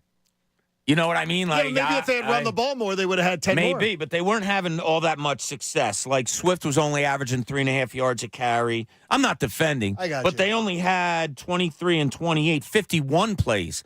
51 plays, and they ran 23 times. It just didn't work. And my God, those 5 plays, I'll harp on that forever. You don't make those mistakes. Not only is it a different game, you're talking about 5 possessions. It's a completely different game. Yeah, they could have been a win. Hey, we have a lot going on today. Obviously, it's the Eagles and the Seahawks tonight. And Jeff Kerr from CBS Sports will be keeping everybody updated before the game, after the game, on everything going on around the Birds. And he joins us on the Comcast Business Hotline, where every day in business is a big day. I would suggest yesterday morning, Bob, what was your question? Because I want you to ask Jeff this. Jeff, yeah. If I would have called you, Jeff, at 8 o'clock yesterday morning and said, hey, I have a crystal ball here, and I'm seeing that the Eagles are going to, let's say, delegate one of the coordinators to a different position, who would you have said it was going to be? I would have said Sean Desai, and I wouldn't have been surprised by that, Bob. I like that question. So I can tell you just from talking to some sources in that locker room, and I'll say it, players, that the communication on the back end of that defense has not been good. And it's a very confusing defense. That's what I've heard. I've heard it's a defense that needs to, it needs to be simplified. And I think that's why they made the change. I think Matt Patricia is one of those keep it simple, stupid people, the old KISS method. And Sean Desai, he may be too smart for his own good. So maybe that's what led into that with the Athletics report about, the players kind of giving their own scouting reports. It seemed like it was leading up to that. And Kevin Byard tried shutting that down. And, you got the whole Darius Slay thing on his podcast, but everything just seems to add up here. It just seemed like Nick Sirianni was overruled by Howie Roseman and Jeffrey Lurie on this one. Give me this, is that in a matter of, first of all, when do you think the decision was made and the move was made officially? And also, too, I ask, how much different can we expect this defense to look tonight from what you know about Matt Patricia and what you know about how they're going to approach things? So Sirianni defended Desai on Tuesday. I still think they were game planning for this week because they had an extra day. And I think maybe the decision was made going into Thursday that they were going to do this. But I still can't believe how quiet it was. Like, no one knew about this. Like, the Eagles quietly handled it. I don't even think they put a tweet out unless Jay Glazer or someone doesn't bombshell everybody at 12:25 on a Sunday. So, what was the second part of your question, John? The idea is how quickly do you think it's going to look different, and also too, like tonight, are we going to see that major a difference? I think you're going to see more rotation of the pass rushers. I know the Eagles really do believe in keeping guys fresh, and they just haven't done that when they're rushing the passer, which is why they're so poor in sack rate. It's been Hassan Reich and Josh Sweat. You're not seeing Brandon Graham. I think you're going to see more Nolan Smith. You're going to have to see more Kelee Ringo. From what I heard, he's going to start tonight. So I'm curious where that goes. I just think it's going to be more. And again, I can't wait to talk to some people about this, again, the communication in the back end. Like, are things going to get simplified here? Maybe that's it. Maybe it's just a subtle change. Matt Patricia, he's called plays in New England. Everybody likes to dismiss what he did in New England, but this was the guy calling the plays. It wasn't Bill Belichick. It was Bill Belichick's system, but Matt Patricia was the one making the calls. And I think maybe the Eagles just want a veteran guy that makes the right calls. I know Matt Patricia isn't the sexy name you think of because he's the guy who gave up 41 points to Nick Foles in a Super Bowl, but the guy's never had lower than a top 10 defense when he was a coordinator. Everybody likes to mention when he was a head coach in Detroit. Well, as you know, John, there's a big difference between being a head coach and a coordinator. Jeff, if you look at this Eagles team and you say that the biggest difference tonight is the focus is going to be on the defense, what do you think offensively they might be looking to do against this Seattle team? Yeah, Bob, that's a good question, too. So I would like to see more motion. I don't think we're going to see that, but that's what I would like to see. I think they need to get the ball in the DeAndre Swift's hands more, and that's not even just running the football.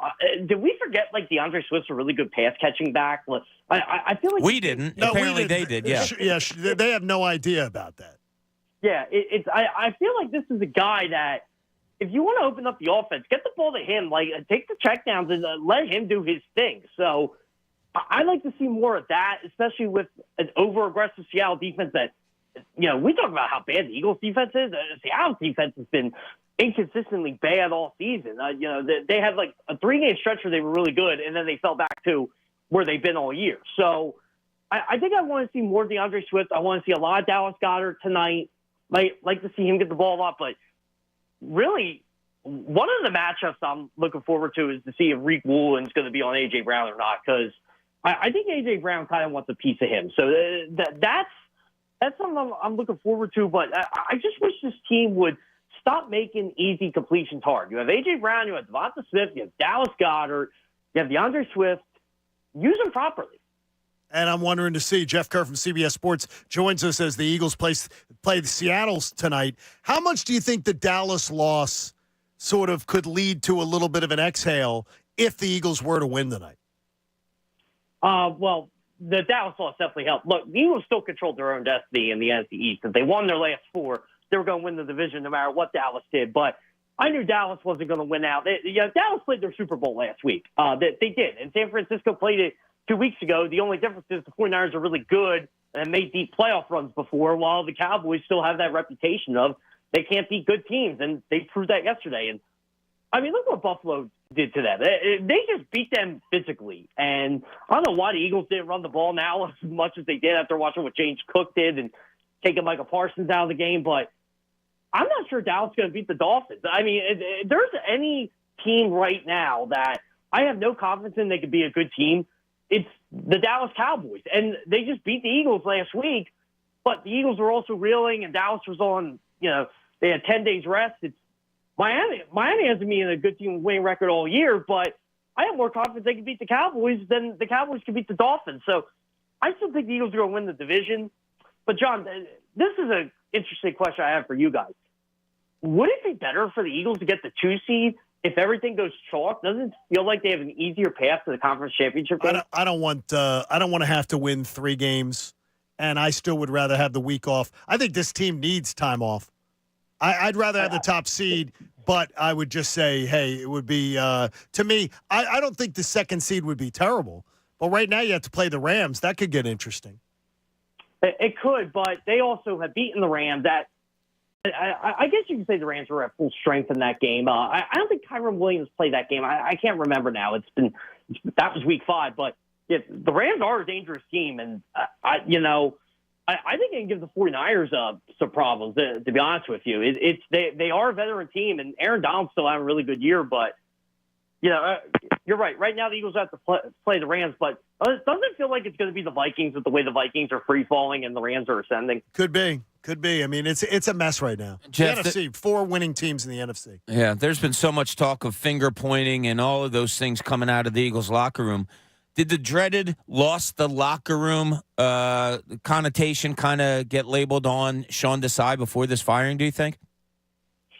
I don't think the players had enough confidence in them. I'll say that. And Sean Desai never struck me as a confident guy, to be honest with you. Like, he's a guy who knows what he's talking about, but he's not convinced he knows what he's talking about. And I think players sense that. I think players sense that coaches, no matter what level they're. I mean, John, you were a coach. You know that.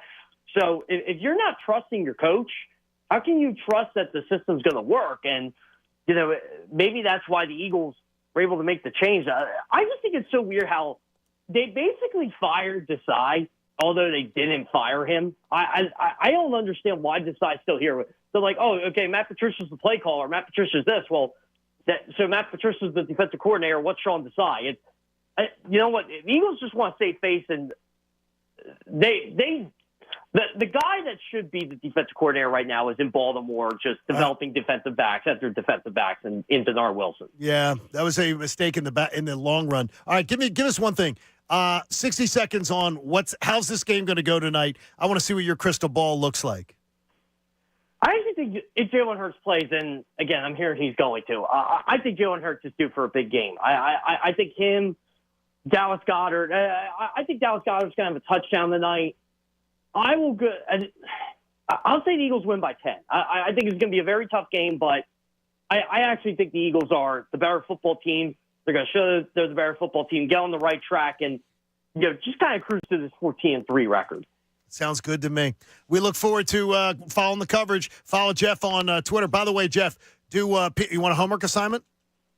Yeah, sure. All right, figure out today and tweet it out. How does the Eagles and the Lions match up for getting the number 2 seed if the Eagles were to lose tonight? Because they'd both be 10-4, and they both would have the same conference record.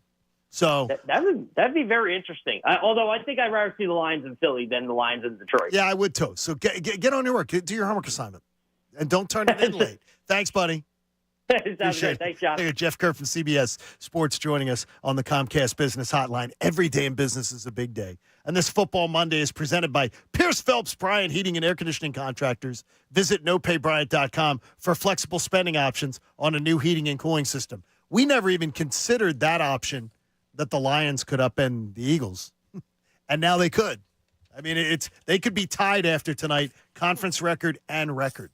And so, that's what happens when you lose 2 or 3 in a row. Yep.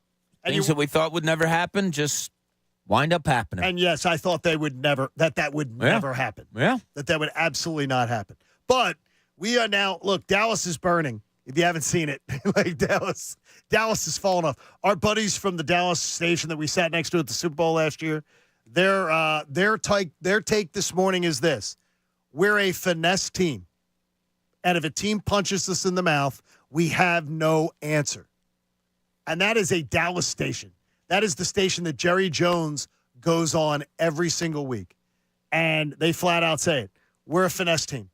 We can't be punched in the mouth. So what did we do last week? We decided to finesse the finesse team instead of bully the finesse team. It just, to me, it's inexcusable. It's just inexcusable when people can figure out, like the fan can figure out that, hey, here's the way to approach things. Well, that's why every game's different. Every game's different. We can complain about the Eagles not running the ball last week. They did it 23 out of 51 times. I mean, that they only had the ball 51 times. Should you have tried it more? Okay, what would you like to see? 30 runs and that's not going to happen. 30 runs and 21 passes. It's just not happening. And then you had 3 fumbles and 2 drop passes. I absolutely would like to see them do what the approach more that Buffalo took. Yeah, absolutely. I would like to see a team that is willing to run the ball. They did it last year. I mean, it's not like something that is foreign to them that they wouldn't do it. They did it last year and took advantage of it. That's what I don't understand. But your point about the turnovers is glaring. I mean, it changes. That's why the Dallas loss to me didn't bother me the way the San Francisco loss did. No, you think about it. Jalen Hurts fumbles at, I think, the 11-yard line. Okay, maybe that's 3 more rushes for 11 yards. If A.J. Brown makes that catch at the 2-yard line, that's right in his breadbasket, well, you're probably getting a tush push and a touchdown rushing. If Devontae Smith catches a ball either in the end zone or right at the 1-yard line, you're talking about 3 rushing touchdowns. How could we complain about the rushing game, right? I mean, those are that's just the ins and outs of what happened with all those fumbles, let alone Devontae Smith fumbling where he did and all of those things. It's just game's weird, man. It's just you can't definitively say anything about any game. That's why they play it, and that's how weird this season kind of has been. Now Charlie puts it in. He goes, the Eagles against Dallas controlled the ball 4 minutes, 3 minutes, 4 minutes, 1 minute, 1.5 minutes. He said that was the problem in that game, he believes. But it doesn't necessarily mean when you turn the ball over, I don't know, the clock stops. You give the ball back to the other team. So it is really weird to look back at that game and to see yesterday the ass whipping that they took. Hey, if you want to get in with us on this, and how are you feeling about this? And now you've heard from Jeff Kerr, how he's feeling about it. What do you think? 610-632-0975. We'll get to you next. You'll be part of the conversation. It's the John Kincade Show. It's a game day. Eagles and the Seahawks. 97.5 The Fanatic. You're going to want to get a great gift, and I know you realize that time is ticking away. Bob, next Monday's Christmas, by the way, in case you didn't know. I heard. Next Monday. Yeah, 25th. And a famous naturally nude pajamas would make any guy a great holiday hero. They're awesome because they sell out every year. The naturally nude pajamas are beautiful. Ultimate comfort.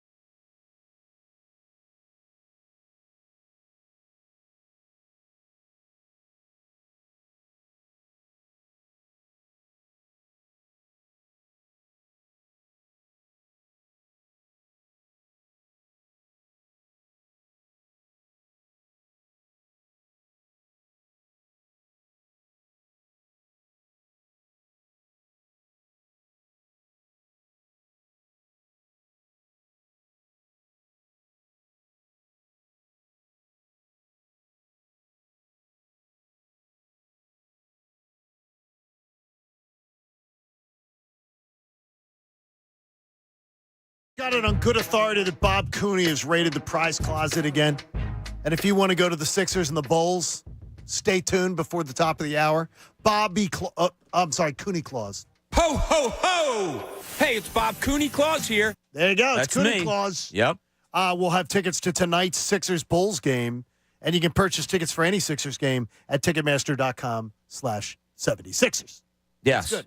Got a lot of people want to chime in on the coordinator change and sort of the blame game, the pointing of the fingers that's going on right now. But Eric and Marlton, I got to go to Eric. Eric, tell us what you're feeling this morning, because it might be gas. Well, first off, I just wanted to say this is my favorite show, Talking Anything. I feel like I'm at the barbershop when you make fun of each other. It's all love, and I learn a lot. Thank you, Eric. I'm just finishing up with my dialysis. I've had kidney problems my entire life. I'm 47, and I just want to say that if you guys just think you're doing some sports radio show and it doesn't mean anything, I would look forward to it every day, before treatment, after treatment. And I'm from Brooklyn. I now live in New Jersey. I turned so many people onto your show.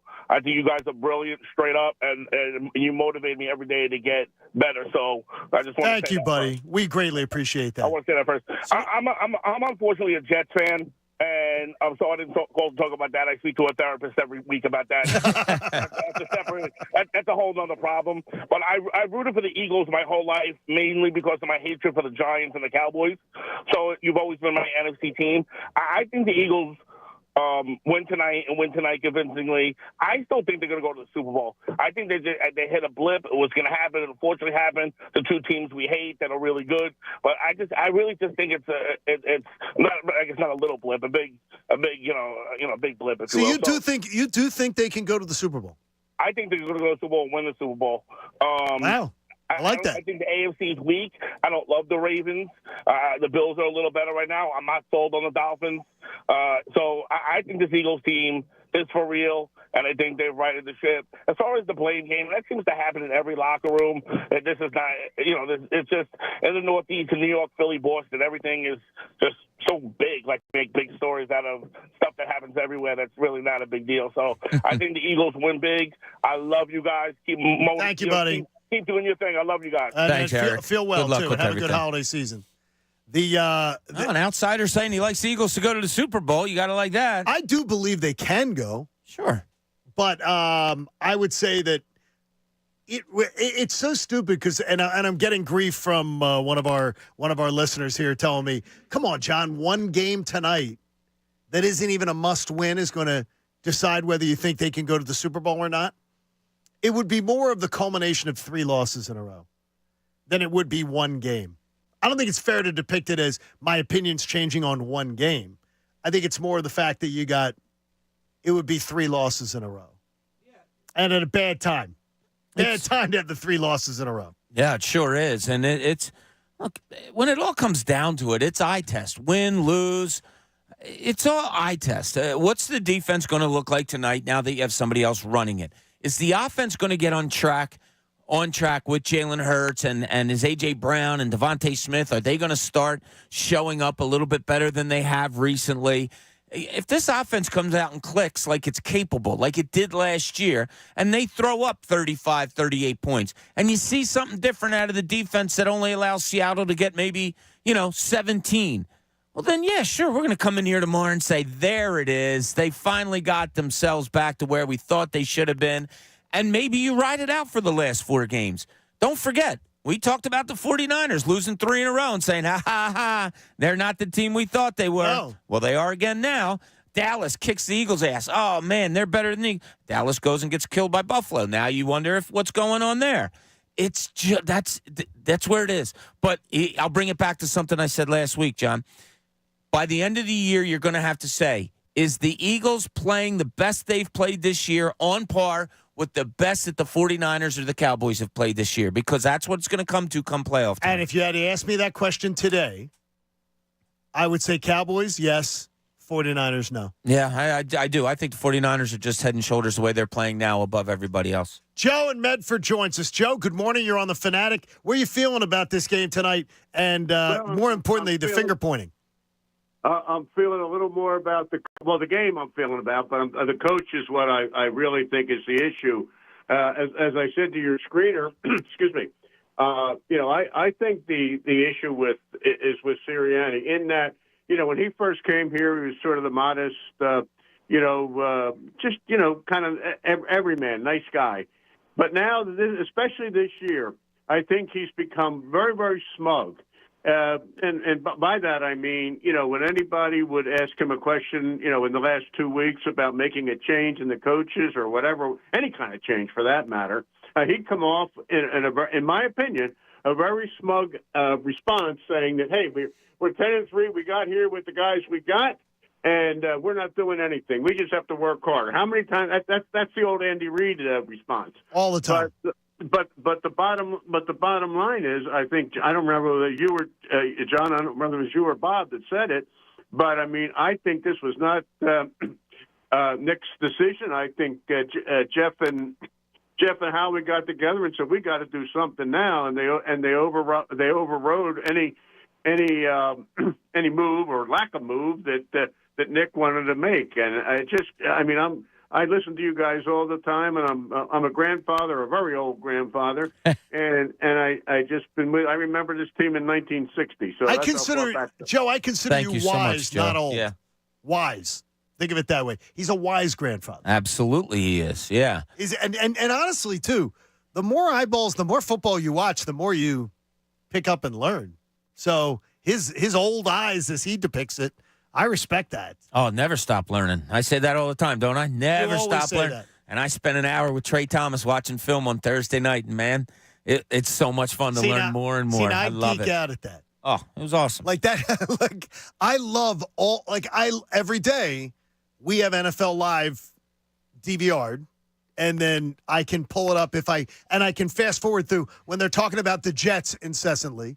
I can fast forward through that, and I can pick and choose. But when they get on that big board, and Orlovsky gets on there, and I got to tell you, I geek out at that because it's stuff that I think I know, but then you realize you don't know.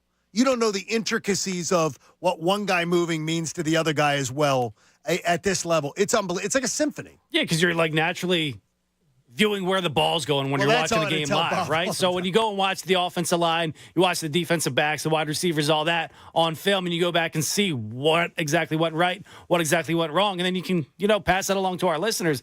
It's a great thing. Well, Brent, I my partner, Buck Ballou, who I worked with for 20-plus years, he used to say to me, stop watching the ball. You watch the ball, you miss a lot of football. And the thing is, he could watch a play and know what the play happened and still be able to tell me why the right side of the offensive line really blew it there. And then you watch the replay, and he's exactly right. Yeah, but in real time, these guys can see that. Yeah, very rarely the play is won at the ball. Like, unless it's a 50-50 ball and the wide receiver just goes up and manhandles the guy. Most times it's one on the route. It's one at the line. It's one, you know what I mean? Like, it's not one where the ball's going, but you're so naturally instinctive to watch it the whole time. I'm Pavlov's dog with following the ball. But I try to learn. I try to watch those shows, though, to learn things. And I love the All-22 and the NFL Plus. I absolutely love it. Even though I don't understand, I at least take notes, and I'll learn something every single week of something that's being pointed out that I've never watched for before. And then I try to watch a game in real time and see it. I don't see it. I only see it on the I go from the offensive line. That's where I start when the ball's snapped to see what the play is going to be, what the matchups are right there real quick. And then you go back to me. And then I go back and see, is it a handoff? Is it a run? Usually you can tell by the pass blocking or by the blocking what it is. And then, I still wish somehow television would figure out how to just show off all 22 in their coverage. I still don't. I can't believe that we're not there yet. I wonder if that would be too inside, though, Bob. If it would be too like there. I think there's in this day and age, everything's out there. You have a Manning cast for guys who are casual watchers. Why not go into Super Nerd and have an alternate broadcast for all 22? I'd have to watch the regular broadcast and then watch it on replay. Like it would be too much. I'd be not focusing on there. There is one thing, and Bob, you as a former writer who it seems to me that every year there would be the sports reporters that are complaining about the Super Bowl city. And they would write like, oh, this is a bad city for a Super Bowl, and here's the things, I don't like this. I always would laugh because I'd be like, okay, the readers don't care. They don't care. Listeners don't care. If you're in a cold weather city for a Super Bowl, they don't care. They're not interested in that. There is a topic that just keeps coming up over and over again. The NFL sucks. The NFL sucks. The product sucks. It's terrible. And the NFL just continues to set new ratings records. It's like, to me, it's as if the people who cover the game, this sucks, this sucks, this sucks. And the people are saying, no, it doesn't, no, it doesn't, no, it doesn't. We're watching longer. We're streaming more. We're watching. When you combine the numbers, it's ridiculous. It's like they're getting like the highest broadcast other than Super Bowls for the 425 games on Sundays. I don't know if they're mutually exclusive, though. Like the play on the field and the people watching the game. Like they're always going to watch. Thing is, though, I don't want a movie reviewer could tell me this movie sucks. It's terrible. And for 3-4 weeks, every theater sold out and everybody goes to see it and they enjoy seeing it. Well, yeah, if a movie sucks, it sucks. A football game, it could be a bad product, but you're still going to get a good game out of it because it's competition. It's, trying to win something. A movie, you're not trying to win anything. Right, I get you. It means things that way. I don't know this national narrative of writers that are saying the NFL sucks. It's the worst product we've seen. Why would you, that's just counteractive as to what you're doing. If you're writing about something, why would you say it sucks? That's what I don't understand. I haven't seen it. That's why I'm saying I don't know. The worst product is, and it's definitely in the electronic media, in our media, in the audio media. There's a lot of people who believe this product sucks. It's terrible. And people are saying, okay, you can tell me it's terrible, and I'm loving it. And I'm loving it more than I loved it in 2021. I'm loving it more than they're liking it more. If the Eagles win the Super Bowl, no one's going to sit there and go, oh, well, the rest of the NFL sucked that year. Like, who cares? Whoever wins the Super Bowl is not going to remember that. I won't remember it. I can tell you that much. Yeah, I mean, you talked about the parity in the league. You only have 4 teams in the NFC that are over 500. That's wild to me. You look around, you see a 3-0 game, a 9-7 game, and you see just some organizations that are absolutely horrendous. The AFC has 6 quarterbacks that have started the whole year for their teams. The other 10 teams in the AFC have had a backup play at some point. Yeah. That's incredible. I mean, at some point they've had a backup? The only 6 teams have had the same quarterback start all 6 games. Yeah, I think in today's day and age, that's sort of almost common. That happens, though. You think so? I mean, it's common. With you can go down half the AFC right now. They're common backups. with Jalen Hurts. Yeah. It's common with Jalen Hurts to play, miss a game. A game, yeah. I mean, but that's what he's saying is how many quarterbacks have played the whole year. Well, right? Yeah, you're starting a lot. There's a lot of besides backups. Lamar Jackson's out. The whole AFC South besides Trevor Lawrence has missed a significant time. So you're not getting the best product out there, but I don't think the NFL, quote unquote, sucks. I'm still going to watch it every week. I told Bob this morning I missed it on Trevor Lawrence, and he was like, "Don't be so fast because he's still really young." But I expected Trevor Lawrence by now to have taken a leap of performance. I thought he was going to be Peyton Manning light, not Peyton Manning, but he was going to be that kind of quarterback, and he isn't. He isn't. Yeah, at least. I don't even think he's sniffing being that close. Well, this is one of, we rush to judgment so quickly. Right. And what's it been, 3 years? And that's what you warned me about. He could be 9 years in the league, and you'd be like, oh, my God, this guy's one of the best. He's still a baby in the league. And do you want it to progress faster? Sure, all that Jacksonville does. You thought it would. I understand that. But look at how their team has gotten better and better and better. Yeah, the organization has gotten better. It's kind of like, yeah. And people are going to go there now. And you have Doug Peterson, you have a Super Bowl winning coach there. Before their last 2 games, they were a team that you were like, whoa, watch out for this Jacksonville team. So growing pains, yeah, I still hold out that he's going to be a lot better than he is right now. Well, the Seahawks tonight. Is Brian Johnson? Okay, wait a minute. I'm just checking here. I've been told that Brian Johnson checks in on the 97.5 The Fanatic app right around this time every day. So, Brian, I know it's early in the morning for you, but I just want to give you a heads up because, in case this isn't part of the scouting report, the Seahawks have allowed the most rushing yards and touchdowns since Week 9. Okay? And they've also given up the most receiving yards to running backs since that time. So this is look, if this has to be the night. This has to be the night. ESPN Stats and Information has a little bit more, too, is that they're the worst against the run and the worst against defending running backs in the passing game since we're 6 weeks ago.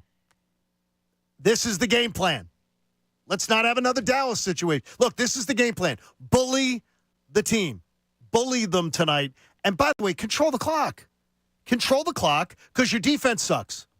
And there's not much we can do about it that the defense has sucked. Maybe it can suck a little bit less tonight. But offense can maybe do, that's all I'm hoping for, Bob. Suck a little bit less than you have. But I want to see the offense control the ball. They did it last year over and over again. And the personnel is relatively the same. Run the damn ball and control the clock, even if it's not sexy and it's not exciting. You think Buffalo Bills fans are saying this morning, damn, they didn't pass enough yesterday? Yeah, but if it was that easy, it's the same thing every week. Oh yeah, we'll definitely do this because they can't stop that.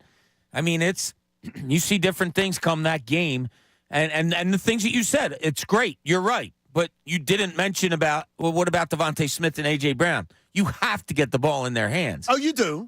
So like as much as all right, go bully them, go run the ball, hold on to the clock. You got to get the ball in their hands. They need to get 10 to 12 targets each tonight. They have to. This is a horrible pass defense that Seattle has. So and the run you got to play worse. You got to play to that strength too. So yeah. All right. Well, if that's all the case, then the Eagles should score 50 tonight. Not worry about a thing. They should be able to do it tonight. They should. Now the self-inflicted wounds, as you point out, that's not Brian Johnson. No. Brian Johnson didn't say, "Okay, I'm drawing up a play for you here, Jalen. You're going to scramble on the first turnover against Dallas. You're going to scramble for 11 yards to the 20-yard line, and you're going to fumble." That's not how he drew it up. You're going to protect the football. And, they were making the pregame shows this weekend, by the way, were making a lot of the video of Jalen Hurts and that anti-fumble drill and saying, why did that go on when the press was there? Like, they were like, that's really not cool. Yeah, I was wondering about it when I saw it, but then somebody else came out on Twitter and a reporter said, look, we do see that. They do these fumbling drills before, so we just haven't reported it because he hadn't fumbled the week before. You just look at it like, oh, that's a silly drill. Now you look at it because he fumbled, you go, oh, is that a silly drill that they're it was something in the plan, whether they said let's do it in front of the media or not. I don't think so. Yeah. That would be just downright stupid if you're trying, what, are you trying to embarrass him? That's what I'm wondering. No. It's like, what are you doing? What do you do? Like, I would think that would be a drill you'd put on, you'd worry about after you do it, like when the media is not able to film, not able to be there for practice. I have a feeling they just made out the practice sheet and didn't even coincide it with the time the media was there and just ran it because it's a drill they run. I don't know. I certainly don't think that anybody would be unaware enough to try to embarrass Jalen Hurts after you sign him to $50 million. Yeah, I mean, it's. I don't even think. No, I don't think it would be a thought out process. But I got to question this coaching staff and whether they think things out. Whether they really think things out. Like, that to me would be something you'd go, okay, let's not do this drill, this like high school football drill, while the media is here in their taping session. When we clear the media out and they're not there and they're not able to observe, then I would do that. Or you're thinking the opposite way. We do this drill before in front of the media, before, and they didn't say anything. Why shouldn't I do it now? I thought they said it was the first time. No, somebody I saw on Twitter said they had run it before, but we didn't make a big deal about it because it was just a drill. Now it has some significance to it because there's been fumbles. But we talk about the running and doing what they should have done against Dallas, maybe. If you think about it, 3 fumbles, 2 drop passes, the Eagles only ran 51 offensive plays. That's really low. Had they not fumbled, had they completed those 2 passes, you might be talking about 15 to 20 more plays. Absolutely. So of those 15 to 20 more plays, a lot of them would have been inside like the 20-yard line. You're talking maybe 10 more rushes, and then maybe we're not even talking about this. So those, by far, to me, are the contributing factors of what went wrong last week. So I can't tell this or not. Are you pleased with Brian Johnson? No, I'm just saying it could have been different. I'm wondering, though. I mean, where would you put your aggravation level with Brian Johnson calling the plays? I don't like that the play calling has been so vanilla. I don't like that they come out and say something like, yeah, well, when we get into the sweep game and we get into the screen game. But are you fooling yourself? Because you haven't been in the sweep game and you haven't been in the screen game. And you run slants at work and then you go away from them. And you run jet sweeps with two running backs on the field, and it works terrifically, and I haven't seen it again. The frustration level is there because I just don't understand. Here's one from yesterday's, again, Dallas Bills game. Pretty amazing. From the Buffalo, one of the Buffalo beat writers. According to the running backs, they ran 2 plays a total of 19 times. So they ran 2 running plays, 19 times, and the average gain was like 5+ yards. It's unbelievable. It's unbelievable what can happen with strategic game planning. And tonight is one of those nights. This is a night for the coaching staff. Nick Sirianni, you're on the clock. Hey, Cooney Claus is also on the clock. He's going to give away Sixers tickets before the top of the hour. So you're going to want to be a part of that. You just got to figure out. He's got to figure out how to give it out because he's Cooney Claus. I'll tell you what, John, because I feel it ho right now. I'm giving them away right now. Oh, my gosh. 5th caller, number 5, to 215-263-0975. 215-263-0975. You get 2 tickets to tonight's Sixers-Bulls game. Cooney Claus is just like going wild this morning. Yeah, I'm a little kooky, crazy, nutty. You've been known to be. John Kincade Show, 97.5, The Fanatic. I love the BetParks app, and as I told you, tonight is a doubleheader night because you got the Sixers playing early, then you got the Eagles playing later, so you can get in on the BetParks app. Look, you can bet on Philly tonight, 11-point home favorites against the Chicago Bulls. If you're interested in that, jump on in and get in on it now. Individual player performances, though, are always a great way for you to be able to cash in. If you want to go tonight, like in the Birds game, Bob's saying, hey, get them 10, 12 targets. Well, if A.J. Brown and Devontae Smith are getting that many targets, there's going to be incredible numbers put up. So get out there and get in on the BetParks app right now. I love the BetParks app because I love how easy it is to fund my account, and I love how easy it is to take a little cash out when I am ahead. You're going to get in, and you're going to absolutely love the BetParks app. It's so simple to use, so much fun. And you can use the live in-game wagering. If you're a new customer, make a $10 winning bet. Make a $10 bet. If it's a winner, you get $120.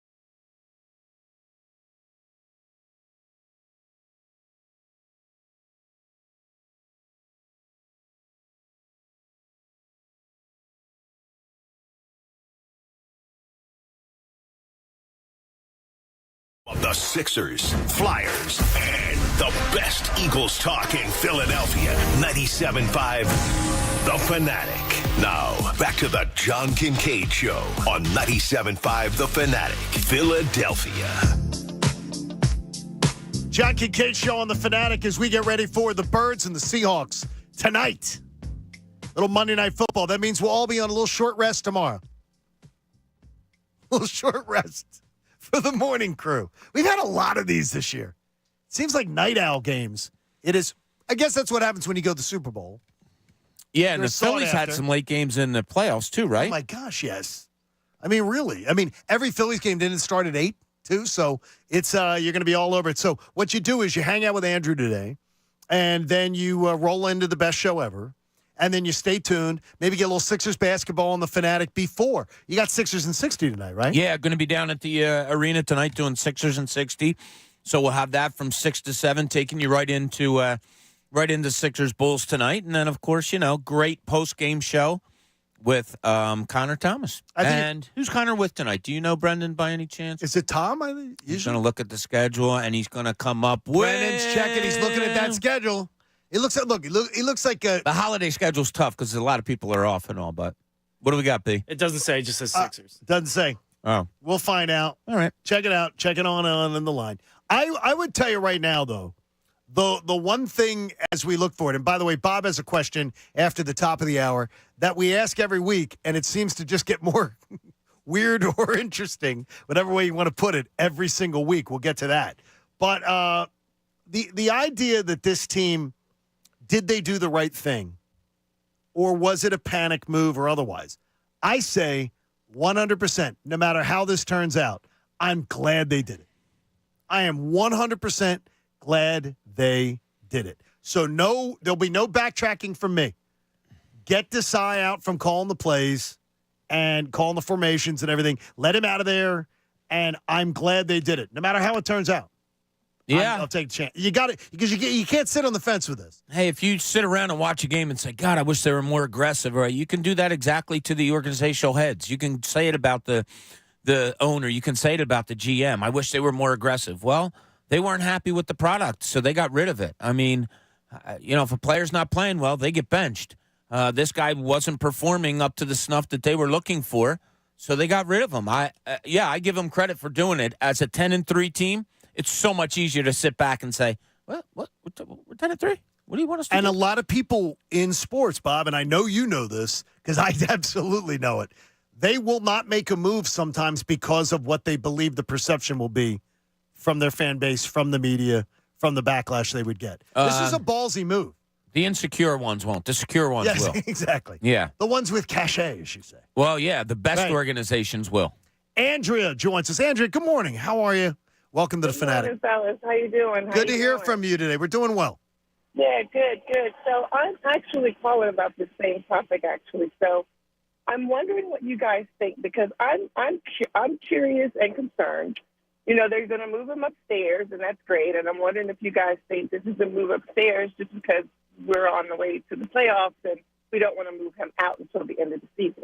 I think Nick Sirianni doesn't want the perception of being a jerk.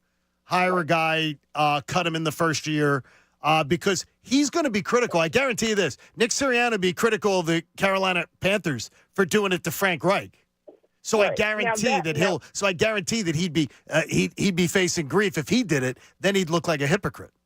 All right, so we move him, and someone else is calling the plays. But if I remember correctly, and if I've been paying attention, not just the plays, it's also the execution. Oh, the execution has not been there. So we move him, and we get new play calling, and the execution hopefully will follow suit. So then who we look for next year to fill his shoes? I hope it's a veteran. I don't know. For. Yeah, it's a good question, Andrew. I don't know. I don't know if we can label it like Sirianni doesn't want to look like a jerk because he fired him. I don't think Sirianni fired him. And that's the key, too. Is that the case? Pat had a pretty good thing yesterday, and it's all speculation on our part. We don't know.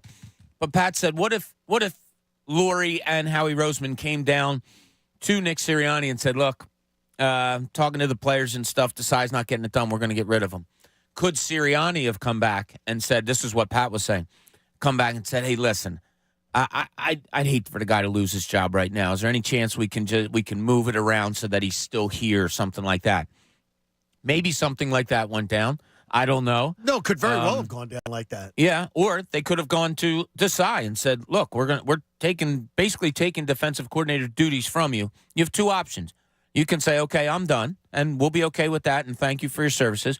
Or you can move up to the booth, and while you're really not doing anything that you used to do, it doesn't look as bad as you're out the door. I don't know. I don't know how it all played out. I've seen both of those type scenarios in my career, so I guess that could happen either way. The one thing I think is they made Nick Sirianni look like a toothless tiger. Nick Sirianni now looks like the same type of stuff this is the same type of stuff, though, that caused the end of Doug Peterson. Is this upper management making decisions saying about coaching staff where the coach didn't get to make the call? Doug had a Super Bowl ring. Nick has a Super Bowl appearance.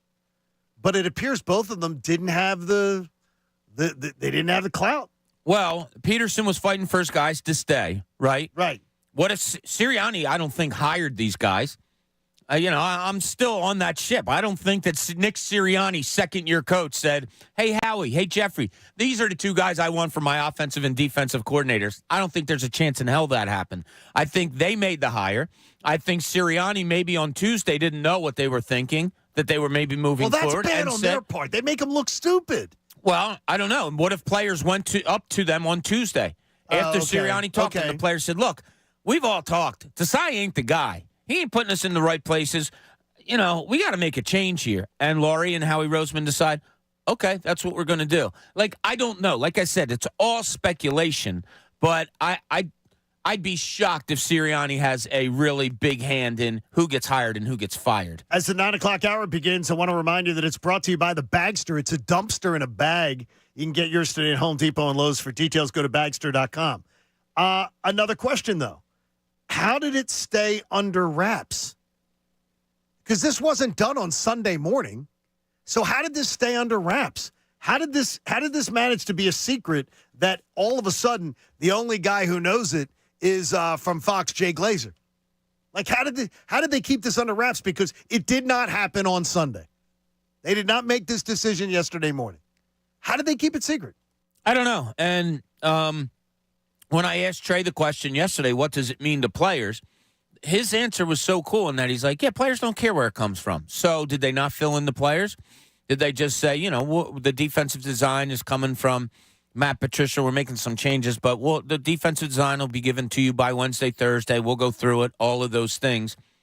For the Eagles to decide to come out with an announcement of it, I don't know that. Who did they need to tell besides Desai and Matt Patricia? Well, I'm just surprised that one of our local writers and everything, who are really one of the best cores you got in the country, didn't catch wind of this from anybody. Yeah, well, if nobody says it, it's hard to catch it. That's amazing, though. Yeah, I mean, there's secrets kept all the time. There's secrets kept for seasons. That's a huge one, though. You would be surprised if Desai's camp wouldn't have let that leak out. Why? You're making them look bad. Yeah, that's the truth. I mean, what am I going to say? Hey, guys, I got something for you. My client got fired. Or Patricia's camp getting elevated. Well, Patricia's an older guy who's been in the league, and if your owner and general manager say, hey, we're making this move, but keep it under your hat, they're doing it. Not to mention he's coming from New England. They don't let anything leak out there. They say less than Jalen Hurts in a press conference. Very similar. Keep it light that way. Now, Deborah asks a question that I asked last week on the show. Deborah, good morning. You're on the Fanatic. How are you? Good. How are you guys? Just Good. wanted to say, so glad to hear you're doing well, John. Thank you so much. I appreciate your well wishes. Okay, so, I remember you talking about how Sean was from Seattle and how you were referring to that they might know his play calling. And his mentor. Have anything to do with it? Yeah, his mentor being Pete Carroll. Your phone's breaking up on us, Deborah. We'll answer it off the air. I asked this last week. Sean Desai in numerous interviews is like, Yeah, he was our mentor. He was my mentor, Pete Carroll. How much do you think that? I never, honestly, till I saw Deborah's call, I never thought of that same point, and I made it last week, and I never thought of it. Maybe they didn't. Maybe they didn't want. I'd find it hard to have a mentor with the guy that you were with for 1 year. Yeah, he was one of the guys who sold the. He was one of the guys who sold the Eagles on him. He was with the Chicago Bears from 13 to 21, with Seattle for 1 year, and then comes to the Eagles, and he was his mentor. Well, no, one of his mentors. I mean, is in the game. I absolutely could. I could say that. You get a chance to work. Like, what if somebody got to work for 1 year under Andy Reid, and just got 24/7? You got to work under Andy Reid offensively. Yeah, maybe. You know, you could say. I don't think one has to do with the other at all, though. So you don't think that was the case? I don't think so. Like, what are they going to do? They're saving him from being embarrassed by his mentor? I don't know. Oh no, they're thinking the mentor would absolutely be able to school him. That's what I'm saying. You're saving him from getting embarrassed by his mentor. Is that what the Eagles are? No, I think you're saving the team from getting skunked in a game. I don't think you're worried about Sean Desai. Oh, well, that's what I thought she was bringing up. Yeah, Deborah. I think this more is that this is you think Desai wouldn't be able to fool his mentor a little bit. Yeah. You know, that could be, he wouldn't be able to come up with a plan. So it's a very confounding thing. I never thought that December 18th, we'd be talking about a defensive coordinator change. And I applaud it. Not a 10-3. And I applaud it. And so I'm not, and there'll be no backtracking on this. No backtracking. Absolutely love the move. If Matt Patricia goes out and gets scorched tonight with that defense, are people going to say, oh, maybe it's just the personnel? And maybe that's what they need to know. They need to know that the personnel is what's bad. You're also down Zach Cunningham and Darius Slay tonight, too. Yeah, that's huge. Who the Eagles are missing, which you barely talked about, is so bad. Cam Jurgens, your right guard, who, as Trey was telling me yesterday, the right guard's the one that does your silent count call. Yes. And, you're going into a stadium, which Trey said on Thursday night when we were together, he goes, there's nothing like it. Nothing noise-wise, right? Like Seattle. No, he said it's absolutely nuts. So now you have either a rookie or Sua Opeta playing right guard for you in a loud situation. The injuries are key. It's got to be Opeta, right? You would think that's not over Steen, right? Over Steen? Yeah, because you want to go with experience, maybe over air quotes. I don't know how much talented more Steen might be than Opeta, but you probably do have to go with the veteran. Yeah. All right, Bob, you ask the question, it seems, every week. And every week, the same question becomes more and more interesting and also odd that we always seem to have different names from week to week as we get ready for the Eagles-Seattle tonight. Yeah. Who's the most important person in the Eagles organization tonight? At 5 o'clock Seattle time, when that game's about to start, the most important person in your mind in that Eagles organization is who? And I want to say we always take away Jalen Hurts. But we should. With the sickness tonight, it brings it down a little bit, so we can include Jalen Hurts. DeAndre Swift. A name that's been said an awful lot, right? Yep, I think usually by me. I think DeAndre Swift. Yes, you have. It's one of the ones. That's why I grabbed it early. I really believe this is a DeAndre Swift game. This is a game where we may see DeAndre Swift go for like 110 yards combined pass catching, rushing. I've already said since week 9, they're the worst in the NFL at stopping the run, and they're the worst at the NFL in the stopping running backs. And they're the worst in the NFL at stopping running backs from catching passes. Since week 9. We're not talking about like 2 weeks of data. We're talking about this is a month and a half that they've had this problem. Tonight, DeAndre Swift should be the Weapon X to go on out there and to use that one. Go on out there and torment the Seattle Seahawks tonight.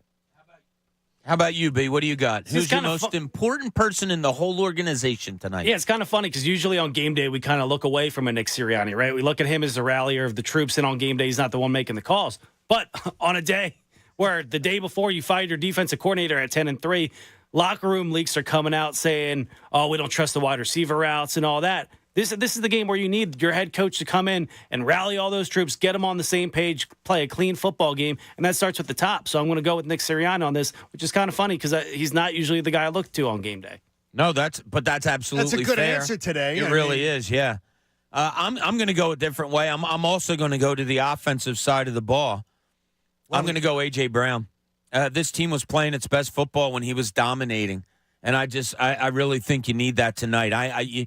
When you're struggling, you need somebody to pull you out of it. You need somebody to say, "Oh God, there he is. This is the guy." Make the defense think, "All right, my God, this is the guy that's killing us." And then here comes your other stuff. Here comes your DeAndre Swift. Here comes your Devontae Smith, Dallas Goedert. All of those things come into play. So I think that's where I'd go tonight. I want some normalcy with A.J. Brown dominating tonight. I was going to go Eli Ricks, too. That's one. He's going to get a ton of snaps. And you need him. I don't know who's going to be out there. Job, Ringo, Ricks. Like, they're in trouble either way. I would like to see Keely Ringo out there probably more than the other guys. Seems to be somebody that they're gaining confidence in that he is getting snaps in significant times. He had a bad moment last Sunday night, though. That was could end up being something that would sort of haunt him. Yeah. A little bit. It's... And it was one of the things about Sean Desai that people were questioning.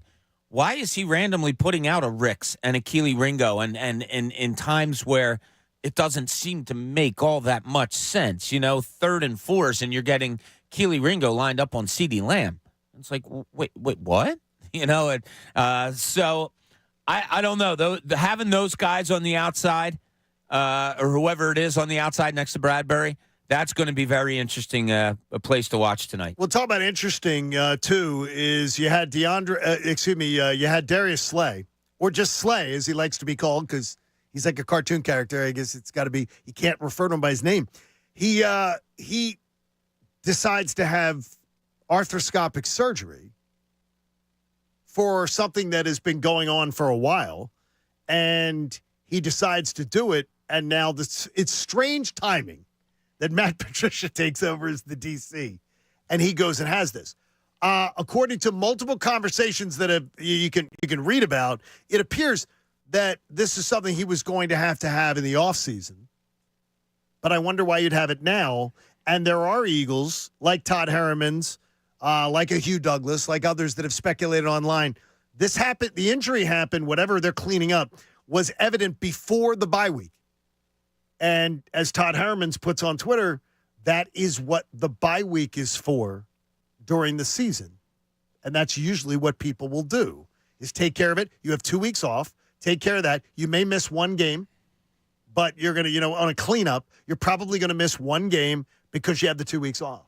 Yeah, we don't, it's the old injury thing. We don't know how somebody else feels. Maybe he felt good enough and thought, I can wait this out till the end of the season. I don't want to mess with it. Them going in there.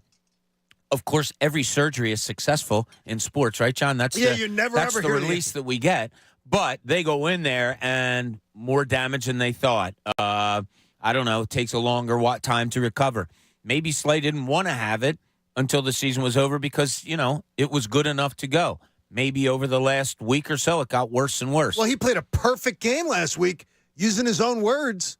He played a great game last week. Now, the team didn't. But Darius was great last week. Slay was great last week. In his own words. His own words, he threw James Bradbury under the bus. His teammate throws him under the bus. I didn't see what he said about Bradbury or lack thereof. No, he didn't. He said he played a great game. But as a team, they played like crap. Do you have that audio still? You had it yesterday. I can grab it yesterday. Steve, he played it yesterday. I'd love for you to hear it, Bob, but you didn't. Because it's really, I did hear most of it, and maybe all of it, but I didn't hear the Bradbury thing because I heard you say Bradbury. Well, when he says that he played a great game. He played a perfect game. I think he said I was almost perfect. So that means James Bradbury didn't listen. Let me address this. I saw a photo on the internet with a trash can with me and my boy James Bradbury on there. Come on now. Like, come on. And y'all know I'm a big time troller. I like to have fun. I ain't take it personally at all. So you see that as my profile pic. I think it's a nice pic, man. So come on now. I'm a troller. And I like to have fun, man. I think it was a good joke, man. Good funny. But I think I played pretty good. I think I done had a very, very solid game, man. I think I had like 2 or 3 PBUs. Making plays, no catches, no nothing. Come on now. Out of all days, you want to put the trash can out there when I had a perfect game. So I could have did a lot of stuff better, but maybe could have picked the ball, could have made some other plays. But overall, the game was great by me. You know what I'm saying? But as a team, we play worth the. Wow. So in other words, you're saying, I was great. Now my teammates sucked. That is exactly what he says. Yeah. He didn't think about it. That's why podcasts in season are very dangerous for players because they don't understand what they're saying. He literally threw his teammates under the bus. I played great. Now, as a team, we played like boop. I mean, to me, that's. I got to say, if I'm a teammate, I'm walking in the locker room, I'm like, Slay, go get your surgery now, dude. Yeah, I would. I'm not kidding you. If I was a professional player and a teammate, yo, dude, why don't you go get that surgery now? I played a near perfect game. All right. I don't know about my teammates. Yeah, because he name drops James Bradbury with the trash can thing, and then he never goes back and defends him at all. No, he played perfect. And by the way, Howie doesn't escape the crime scene here. He doesn't escape the crime scene here because his fingerprints are all over it. And so wait, there's a crime scene? Yes, this is a crime scene right now. The defense is a crime. The fact that they are that bad is a crime because they were a Super Bowl team last year, and as much as Jonathan Gannon, he's terrible. They weren't. I thought we were going to get through a whole show without you bringing up his name. Well, it's a fact. It's a fact. It's an uncomfortable fact because it's an uncomfortable fact that people don't want to rationalize in their heads that they thought things were so terrible last year, whereas in regards, it was really great compared to this. This is nonsense. And right now, too, Howie Roseman is, the inattention to linebacker, and now you're just trying to piece that together with practice squad people. That is Howie Roseman. That's on him. And Howie's done a lot of great things. And Howie gets a lot of praise on this show and on this station. But this is all on him, too. Yeah, there's been a lot of bad defenses in the NFL through the years. We all know that. But not once has a defense given up 11 straight scores on drives like the Eagles did this year. That's ridiculous. How? You have to piece something together with what you have right now and make it a formidable, at least an average defense out there because right now they're playing far below average. Well, I think that's what Mark wants to get to here. Mark, you're on the Fanatic. Good morning. Hey, good morning, guys. How are you? We're doing all right. All right, yeah. I wanted to ask you guys, do you think it's the defensive scheme itself?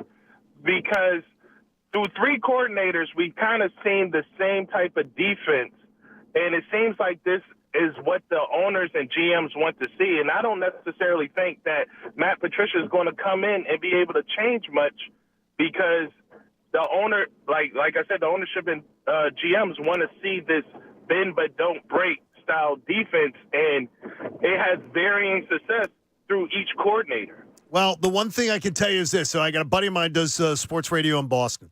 He says with Patricia, you will not see them playing 10 yards off of people, but it will still seem soft, probably to a fan base that wants a more aggressive defense. He said expect more safety blitzes. Yeah, well, think about it, Mark. Over the last 5 years, what was your biggest win in this organization? The Super Bowl. Right, exactly. How many points did you give up in the Super Bowl? We gave up over 500 yards. Yeah, right. So, and I'm not being a wise ass. I'm talking this out with you. Like, isn't that crazy that their philosophy could be just like, yeah, this is our philosophy, and we won a Super Bowl doing it, so therefore we're going to stick to it. And we're going to stick to it. And I think that's the issue is because they won a Super Bowl while giving up so many yards that they think, oh, this is fine, when blaringly it's like, no, that's not okay. Yeah. Giving up yards is absolutely not okay. Thank you, Mark, and hope you have a great day. It is. I mean, look at last year's Super Bowl. The Eagles have played in two of the most entertaining Super Bowls in the modern era. Yep. They've been great games. Not much defense being played a lick of it in either game. No. And, is this telltale? Or are we going back and looking at things that we shouldn't? But don't forget, Eagles won that Super Bowl, led up all of those yards. New England never had to punt, and they didn't change their secondary going into the next year. No. Nothing. And this year they didn't either.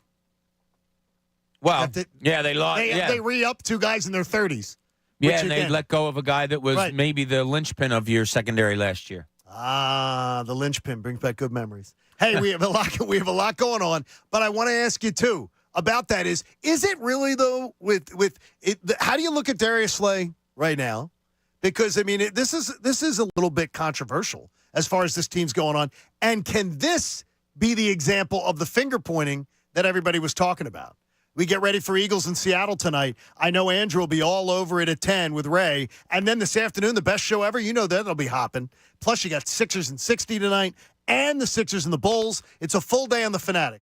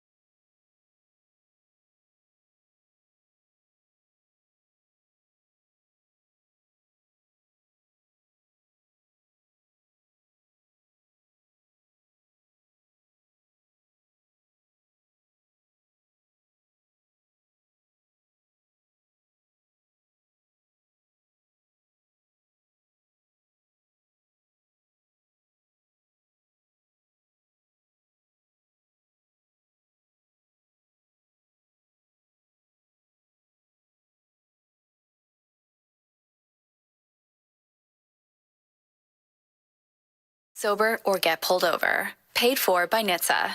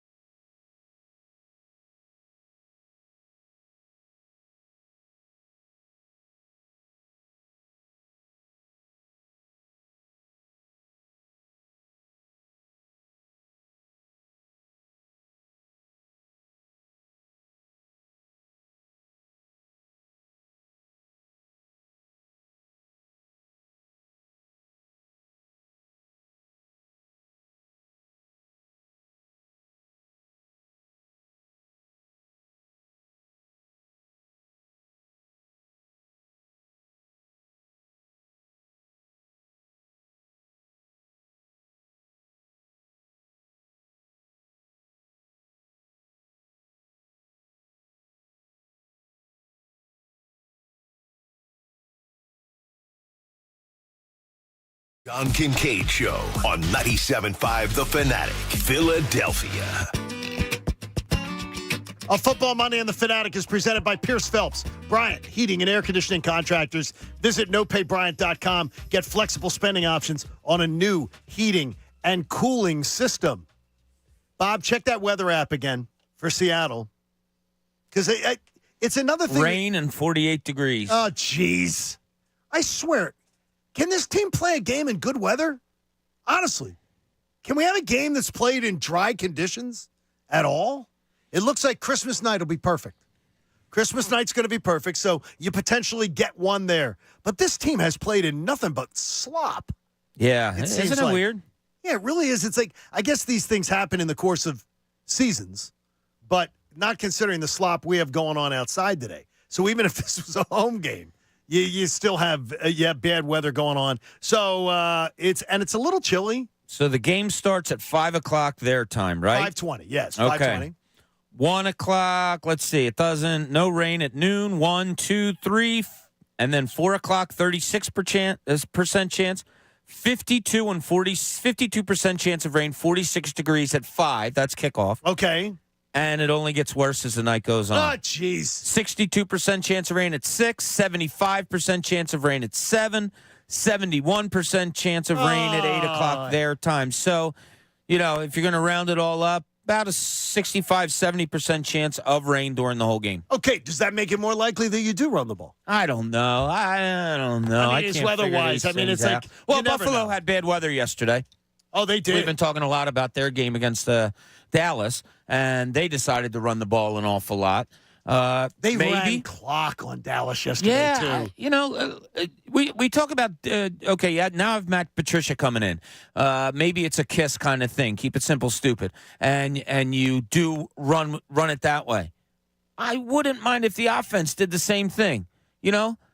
Slants, handoffs, outs, occasional maybe deep shots here and there. Something. I don't know. Look what you did against Pittsburgh last year. Look at your offense at some game last year and say, you know what? Let's call those plays because they worked.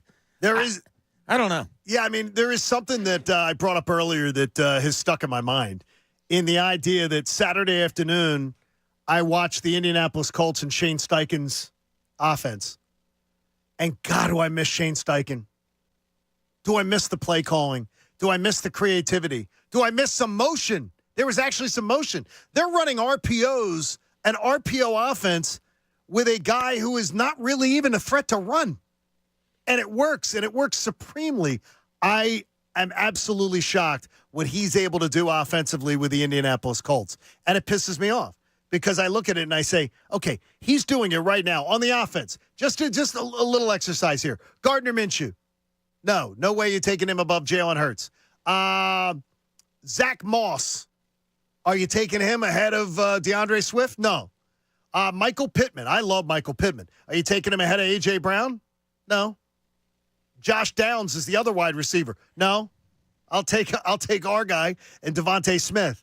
I mean, this is like their offensive line is Quentin Nelson is fantastic. Their left guard is absolutely fantastic. Yeah, and again, it's eye test kind of thing. Like I'm watching the Cincinnati game on Saturday, and that's Press Taylor. offensive coordinator up there. They got Jake Browning in there, and they have a great wide receiving corps. T. Higgins and Jamar Chase, similar to the Eagles, right?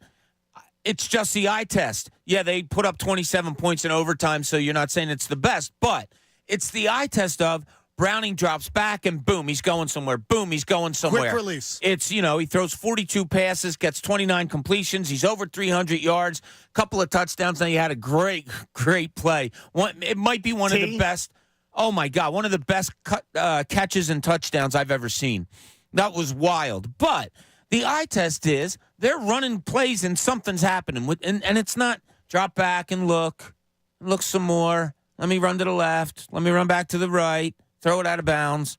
Bring it back in. Let's try it again. I'm so annoyed. And it is, and it's weird because one of our listeners here, let me just make sure I get it right here. Okay, it's Todd, and it's not our Todd from here at the station. Todd says, he goes, John, I still think you're wasting too much time complaining about one unit that's working and not focusing enough on the one that they tried to fix yesterday, the one that isn't working. Okay, I mean, I get that. It is Wait, which one's working? He says it's the offense is working. Well, the offense is he kidding? Statistically, they're still a top 6 points Scored 19 They look points like and 10 crap points. the last two games. They have. They had five. They had 3 turnovers and 2 missed. Really? They didn't score a touchdown last week, and he's going to tell me how good the offense is? He's just saying is I'm telling you this. I hope everybody in life finds people that will defend them as much as Brian Johnson gets defended. I hope you have a friend, a brother, a sister, somebody who has your back like that, a best friend that just would go to, no matter what you do, you could commit murder and they'd be on the news saying, no, 2020, I didn't see it coming. This guy's a great guy, and I know he's not guilty. I mean, because Brian Johnson gets a relative pass compared to Sean Desai, who, by the way, Sean Desai was trying to make chicken salad out of chicken crab. And you know it, and I know it. Brian Johnson goes in every day and goes, oh, my gosh, this is like a luxury car garage. I've got star, and I'm not making it work. I don't understand it. I don't understand it. Who's giving him the pass? I mean, we're on this show. We bring him up endlessly, absolutely, questioning him, and I hear, I don't know. I think he's got a ton of defenders. Really? Brandon, I mean, I feel like he's a polarizing topic, but I do think he is the most scrutinized, and thus the people that want to come out and defend him come out in bunches as well. But I think he's the most discussed in a negative way on all the shows on the station, really, is So you Brian think Johnson. Giants are the worst as far as his discussion? I think he's getting the most negative discussion around him for the parts you mentioned. He has all these pieces on offense. You have an A.J. Brown, Devontae Smith, Dallas Goedert, Jalen Hurts. And, you're putting up 20-something points per game, but it's not looking the same, and it's not passing the eye test. Now, as I brought up earlier, A.J. Brown is going to end up, he's already set a career high in receptions with 90. He is 4 off of his touchdown number, which I think he could get. His all-time touchdown number. He's 240 yards in his last 4 games from setting a yardage record for his career. Devontae Smith is like 200 and some yards away from setting his career yardage record. He's 1 TD behind his highest ever. He's receptions is going to take a little work. He's 26 receptions behind. But 4 games, he could absolutely make that happen. These guys are all going to set, Hurts, Smith, and Brown are going to all set career highs in a ton of stats. But we're not happy. Or, no, I'll say I'm not happy with what I'm seeing. So that does seem a little dumb on my part. A little dumb that, look, what do you want? Career highs and everything. If I said to you in August, these guys were all going to get career highs and everything, you'd be pleased, right? You would think it would lead to more than it's led to. Again, it's the eye test. A.J. Brown had a phenomenal 8-week run. Where's it been lately? Devontae Smith, I still love watching that guy play. I still love watching A.J. Brown. But, the eye test is telling you something's not there. Numbers be damned almost. And we knew that Jalen Hurts was going to grow on his numbers from last year because a lot of them were pedestrian. 22 touchdown passes, that's not, anything to brag about. Total touchdowns, a different story. 3,700 yards, nothing to brag about. He's also at his total game total from last year because he missed those 2 games. So he's approaching that right now. And he sat out fourth quarters. He was like Joel Embiid. He's being able to sit out the fourth quarter, which is great. How about this? Tonight, Jalen Hurts, with 1 rushing touchdown, he ties his career high. If there's 3 passing touchdowns from touching his career high. I still think the passing touchdowns number is not good. Like, he's 3 behind. He's at 19 right now with 4 games to go. I don't think that's good. No. Not at all. It's number. pedestrian. Yeah, I thought it's he very would pedestrian. approach 30 this year, and he's not even sniffing that right now. Well, he might. In the last 4 games, let's say he had 2 a game. 1 game he has 3, 1 game he has 1. He could still get close to 30 in the long run, but I just expected a bigger jump. He's only like 500 yards away, 509 yards away from his career high in passing, which we knew is, if you're playing more, you're going to do it. It's just a weird. And when you run the ball 3 times in the first half in a handful of games, it's going to lend itself to higher passer numbers a little bit. Because people will stat whip you. They'll stat whip you on these numbers at the end of the year going, what are you complaining about? These guys all set career highs and all these numbers. You don't win games on a piece of paper. And I think that's what fantasy football has done to us. I said is that numbers become more important than what's actually winning football. Yeah, I mean, numbers are what you look at after the week's over, middle of the week, and you say, oh, this. But, it's all eye test. We see what goes on during a game. We've seen quarterbacks not be good and throw for 300 yards.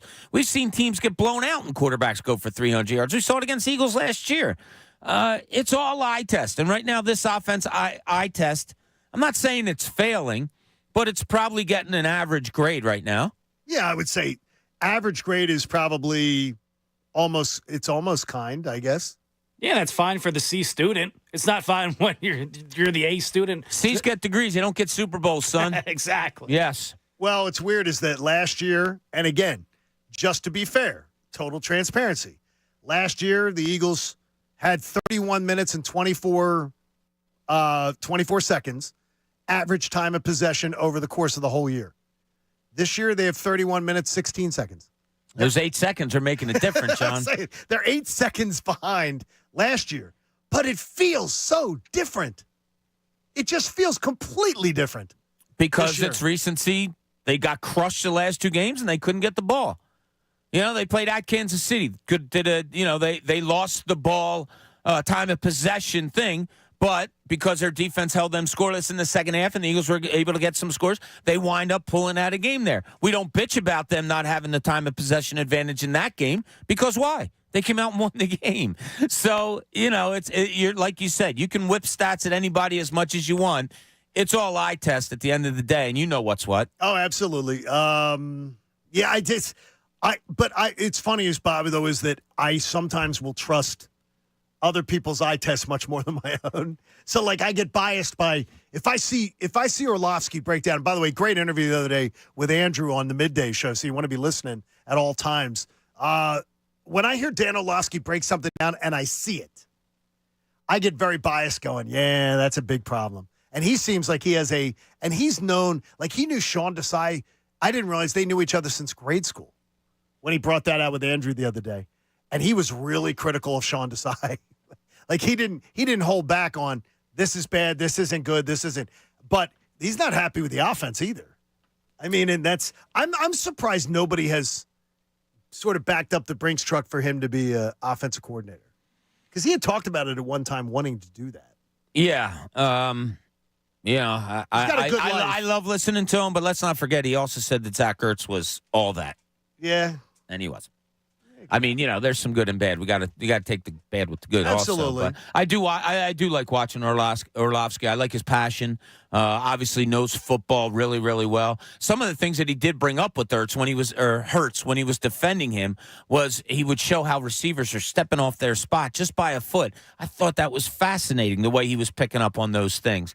I'd love to know what has to happen with this offense in order to get it back on track. And like I said, I asked Trey yesterday, and Trey Thomas said, you got to run the ball. You got to run the football. Now, do you win football games in the NFL now by depending on the run so much?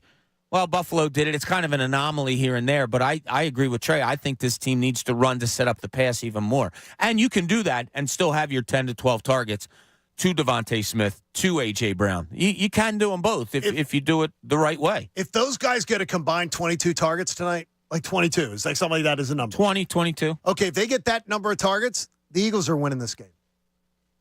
Like, I think that would be, because I really do believe that one of the things they're probably saying is get back to basics. And this team can bully people with that offensive line. And I want to see it tonight. They had 23 last week. Yeah. 13 targets to A.J. Brown, 10 to Devontae Smith. Now, they were trailing a lot. Yeah. And that does play And they only into threw it to one other person, too. So you said that there's something blatantly obvious on our show notes that in the NFL that you were observing. Yeah, now. What is it? Right now, I think it's blatantly obvious. And could it change? Sure, it could over the last couple of weeks or last few weeks. But my blatantly obvious take right now is that the San Francisco 49ers are head and shoulders above everybody else in the NFL. They just are everywhere. They hurt you. They had a slow start yesterday against Arizona, and I was watching it before I left. We were down at Tradesman's doing the Birds Extra show. Sounded great, by the way. It Sounded was like a fun. good crowd. We had a great crowd. But watched the first quarter thereabout, and then headed home and was listening to it because we had it on our. It was kind of like, all right, they're just toying with them. When are they going to put them away? And they did. Christian McCaffrey is just running unbelievably well. The way they're using Deebo Samuel as a weapon is so cool. Ayuk's a great receiver. You got Kittle as a wonderful tight end, and their defense beats you the hell up. I mean, they beat you up. I love what our caller said today. I'm sorry, I forgot to write your name down. That said they have the bone, they're the dog, and they ain't giving it up. Like, that's a great description, and that's who they are. So right now, this week, as I'm speaking, I think the 49ers are head and shoulders above everybody else in the NFL. I so wish I could disagree with you, but I can't. They look so complete. They look so physical, and that's what pisses me off. Like, I want Eagles football is supposed to be physical football. It's supposed to be beating up on people, big hits. That's sort of been their MO. It's not that way. Not this year. They're not. The offensive line isn't even bullying people the way they have in the past. No, they're more of a finesse team this year, it seems like. And that's philosophy, right? Yeah. Another thing that Trey said that I thought was so great, I said, look, when we look at a defense and say you want change, I think to the untrained eye, it's blitz, blitz, blitz, blitz, blitz, because we can see that. Trey said, yeah, but when they blitz their linebackers, they're starting them so far back, they're not getting a chance to get to the quarterback because it was really interesting. See, now that's something that he sees. Yeah, he said, you look at other teams. If their linebackers are blitzing, they're cheating up better and more than the Eagles linebackers, therefore getting to the quarterback quicker. That's why the Eagles are getting crunched on their blitz so much. Well, is that the linebackers playing tentative, or is that the scheme? I don't know. I don't know. Is it a lack of talent? Is it that they're not capable of exploding from 10 yards out and getting to the quarterback in seconds? I don't know, but it's blatantly obvious. Somebody had a side-by-sider on Twitter of the Dallas blitz against an Eagles blitz and how much quicker the Cowboys linebackers got to the quarterback than the Eagles did. It's amazing. I think Simon may be of the same mindset as Bob Cooney. Simon, welcome to the John Kincade Show. How are you, buddy? Hey. So I'm looking forward to Patricia because I hear Matt Patricia is going to bring Javon Hargrave back. Nah, so Javon's going to play tonight, right? No, that's not happening. I don't think that's as big a loss as Gardner back. Isn't he going to bring Chauncey Gardner back and he's going to give some pills, happy pills to Avante Maddox? What if wait, Simon, wait a minute though. What if they play distinctly better tonight? Well, even a broken clock is right. What if they play distinctly better with the coach that they had? But there's no indication that was happening. It was getting worse, not better.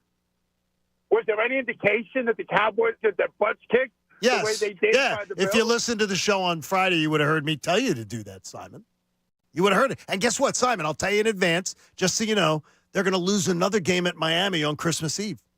It's going to make your Christmas Eve. By the way, I think that's 4:25 or is it night? Gunnar, could you check that for me when that 4:20 when the Christmas Eve game is? I don't want Father Satino seeing me checking my phone for updates on Dallas and Miami. Because last year I had to leave the phone in the car to make sure that I didn't find out any of the score of the Eagles and the Cowboys. So that's going to be a great game for Christmas Eve. 4:25. Oh, right during Mass. So, I mean, They have other masses, John. No. You got to get it done. Let's have that You still get it done. You just get it done at a different time. I don't want to go. I don't want to go at night. I want this thing. Bob, That's a you problem. Bob, it's routine. It's routine. No, Father Satino will keep it quick.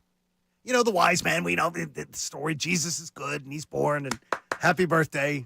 Let's go. Let's go. Come on. Go on, Miami. Let's do it. By the way, can we say, or is it too early, 30 games into the season, the Flyers are really looking good. And they are one of the better defensive teams in the entire NHL. An 8-game point streak, which, by the way, I would have bet anything, and I mean anything within reason. I'm not a huge money gambler, but I love to gamble. 8-game point streak, I would have said no freaking way. 7 games over 500, it's unbelievable. This team defensively, and that's one of the reasons why, Bob, I think they may have staying power. Because of the fact that if you play good defense in the NHL, it carries you a long way. I mean, it definitely can carry you. And that's the kind of defense you got to be able to play to win in the playoffs if you ever got there. So 30 games though is not a small. Now it's not a small sample size. No, and it's cool. I love what John Tortorella said, a little while ago about the makeup of the team and the anatomy of the team, and I can't wait till we talk to him again. I really can. I'm really making an effort to try to get him on as quickly as we can, because is this the biggest hurdle that you had, and have you cleared something? And that's culture, attitude, mentality. You can talk about whether your third defenseman's good enough or not, or if your top scoring winger is good enough. But I don't think that was what John Tortorella went into this season looking for or looking at. I think it was far deeper than that, and what he's getting is a byproduct of something that's not talent based. And I really can't wait to talk to him about it. Buddy of mine is an exec with the Golden Knights, and he says, watching Torts, and he's watched Torts forever as a coach in the league, and he used to be a broadcaster and everything, this guy. And he says, John Tortorella is appreciative of his players much more than he's ever seen him be in his career. He praises, he builds them up. He's very critical, very, very critical about things, but he is also one of those guys, like he seems to be really enjoying this big time. And I love seeing that. He's joyful. He goes into Urson the other night after the game, effing spectacular. Like, just like so proud of him. And to me, from a guy like Torts with his reputation of being a real taskmaster and a hard ass and everything, when he's showing that love and affection, it feeds. It feeds. He's a different guy here. And by the way, he's been a really, really good coach at a bunch of different spots. But he's a different guy here. Maybe he's softened up. He's 65. Yeah, you said that this morning. Yeah, that's surprising. He looks like he could wrestle an alligator. Yeah. He'd kick my ass. I mean, seriously. At this age. Seriously. He looks like he could wrestle an alligator still. And maybe sometimes, Bob, you've probably seen this with coaches before, that a coach who's coached a lot of different franchises or a lot of different teams, they come upon that one team that they connect with, that maybe something about them connects with them. And maybe it's just the challenge of this job. And maybe that John Tortorella realizes it's his last.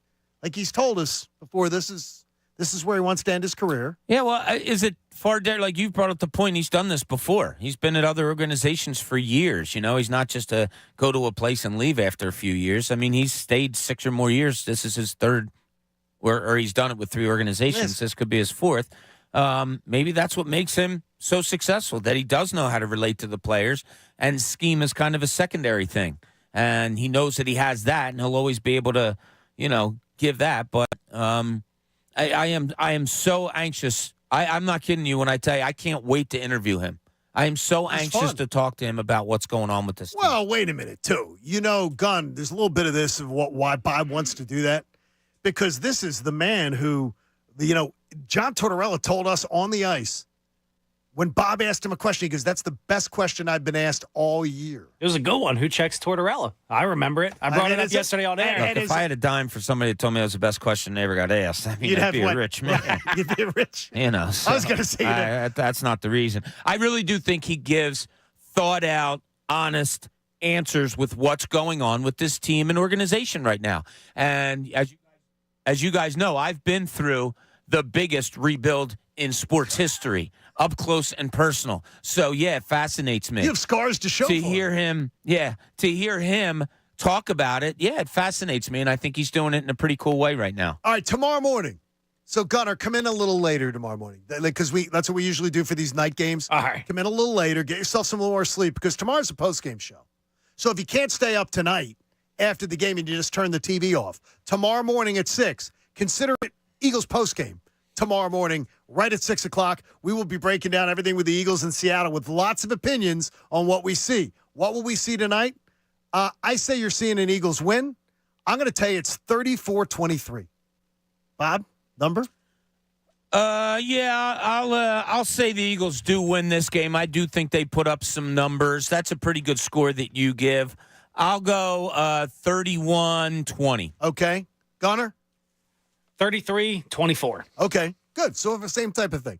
Very, very close. We'll be here tomorrow morning at 6. Hope you enjoy it. Listen to Andrew and Ray this afternoon all through your midday, and then the best show ever will drive you home, getting you excited for Monday Night Football. You don't want to miss it. Hey, support life-saving cancer research. Join us and our generous partner, the Davis CPA Group. Hey, Ron Davis. Make a donation to the American Association for Cancer Research today. You can do it at 975thefanatic.com/AACR, because cancer research saves lives. It is going to be a fantastic Tuesday morning. At least we hope so. Or else there'll be fireworks. John Kincade Show saying, make it a great day, everybody. Hey, the Bet Parks Casino and Sportsbook app, it's going to be getting a workout today. I am so excited because it's a Philly doubleheader tonight. You got basketball, and then you got football. And it's safe and it's secure and it's easy to use. And if you're a new fan, make a winning $10 wager, and you're going to get $125 in bonus sportsbook bets back. Can I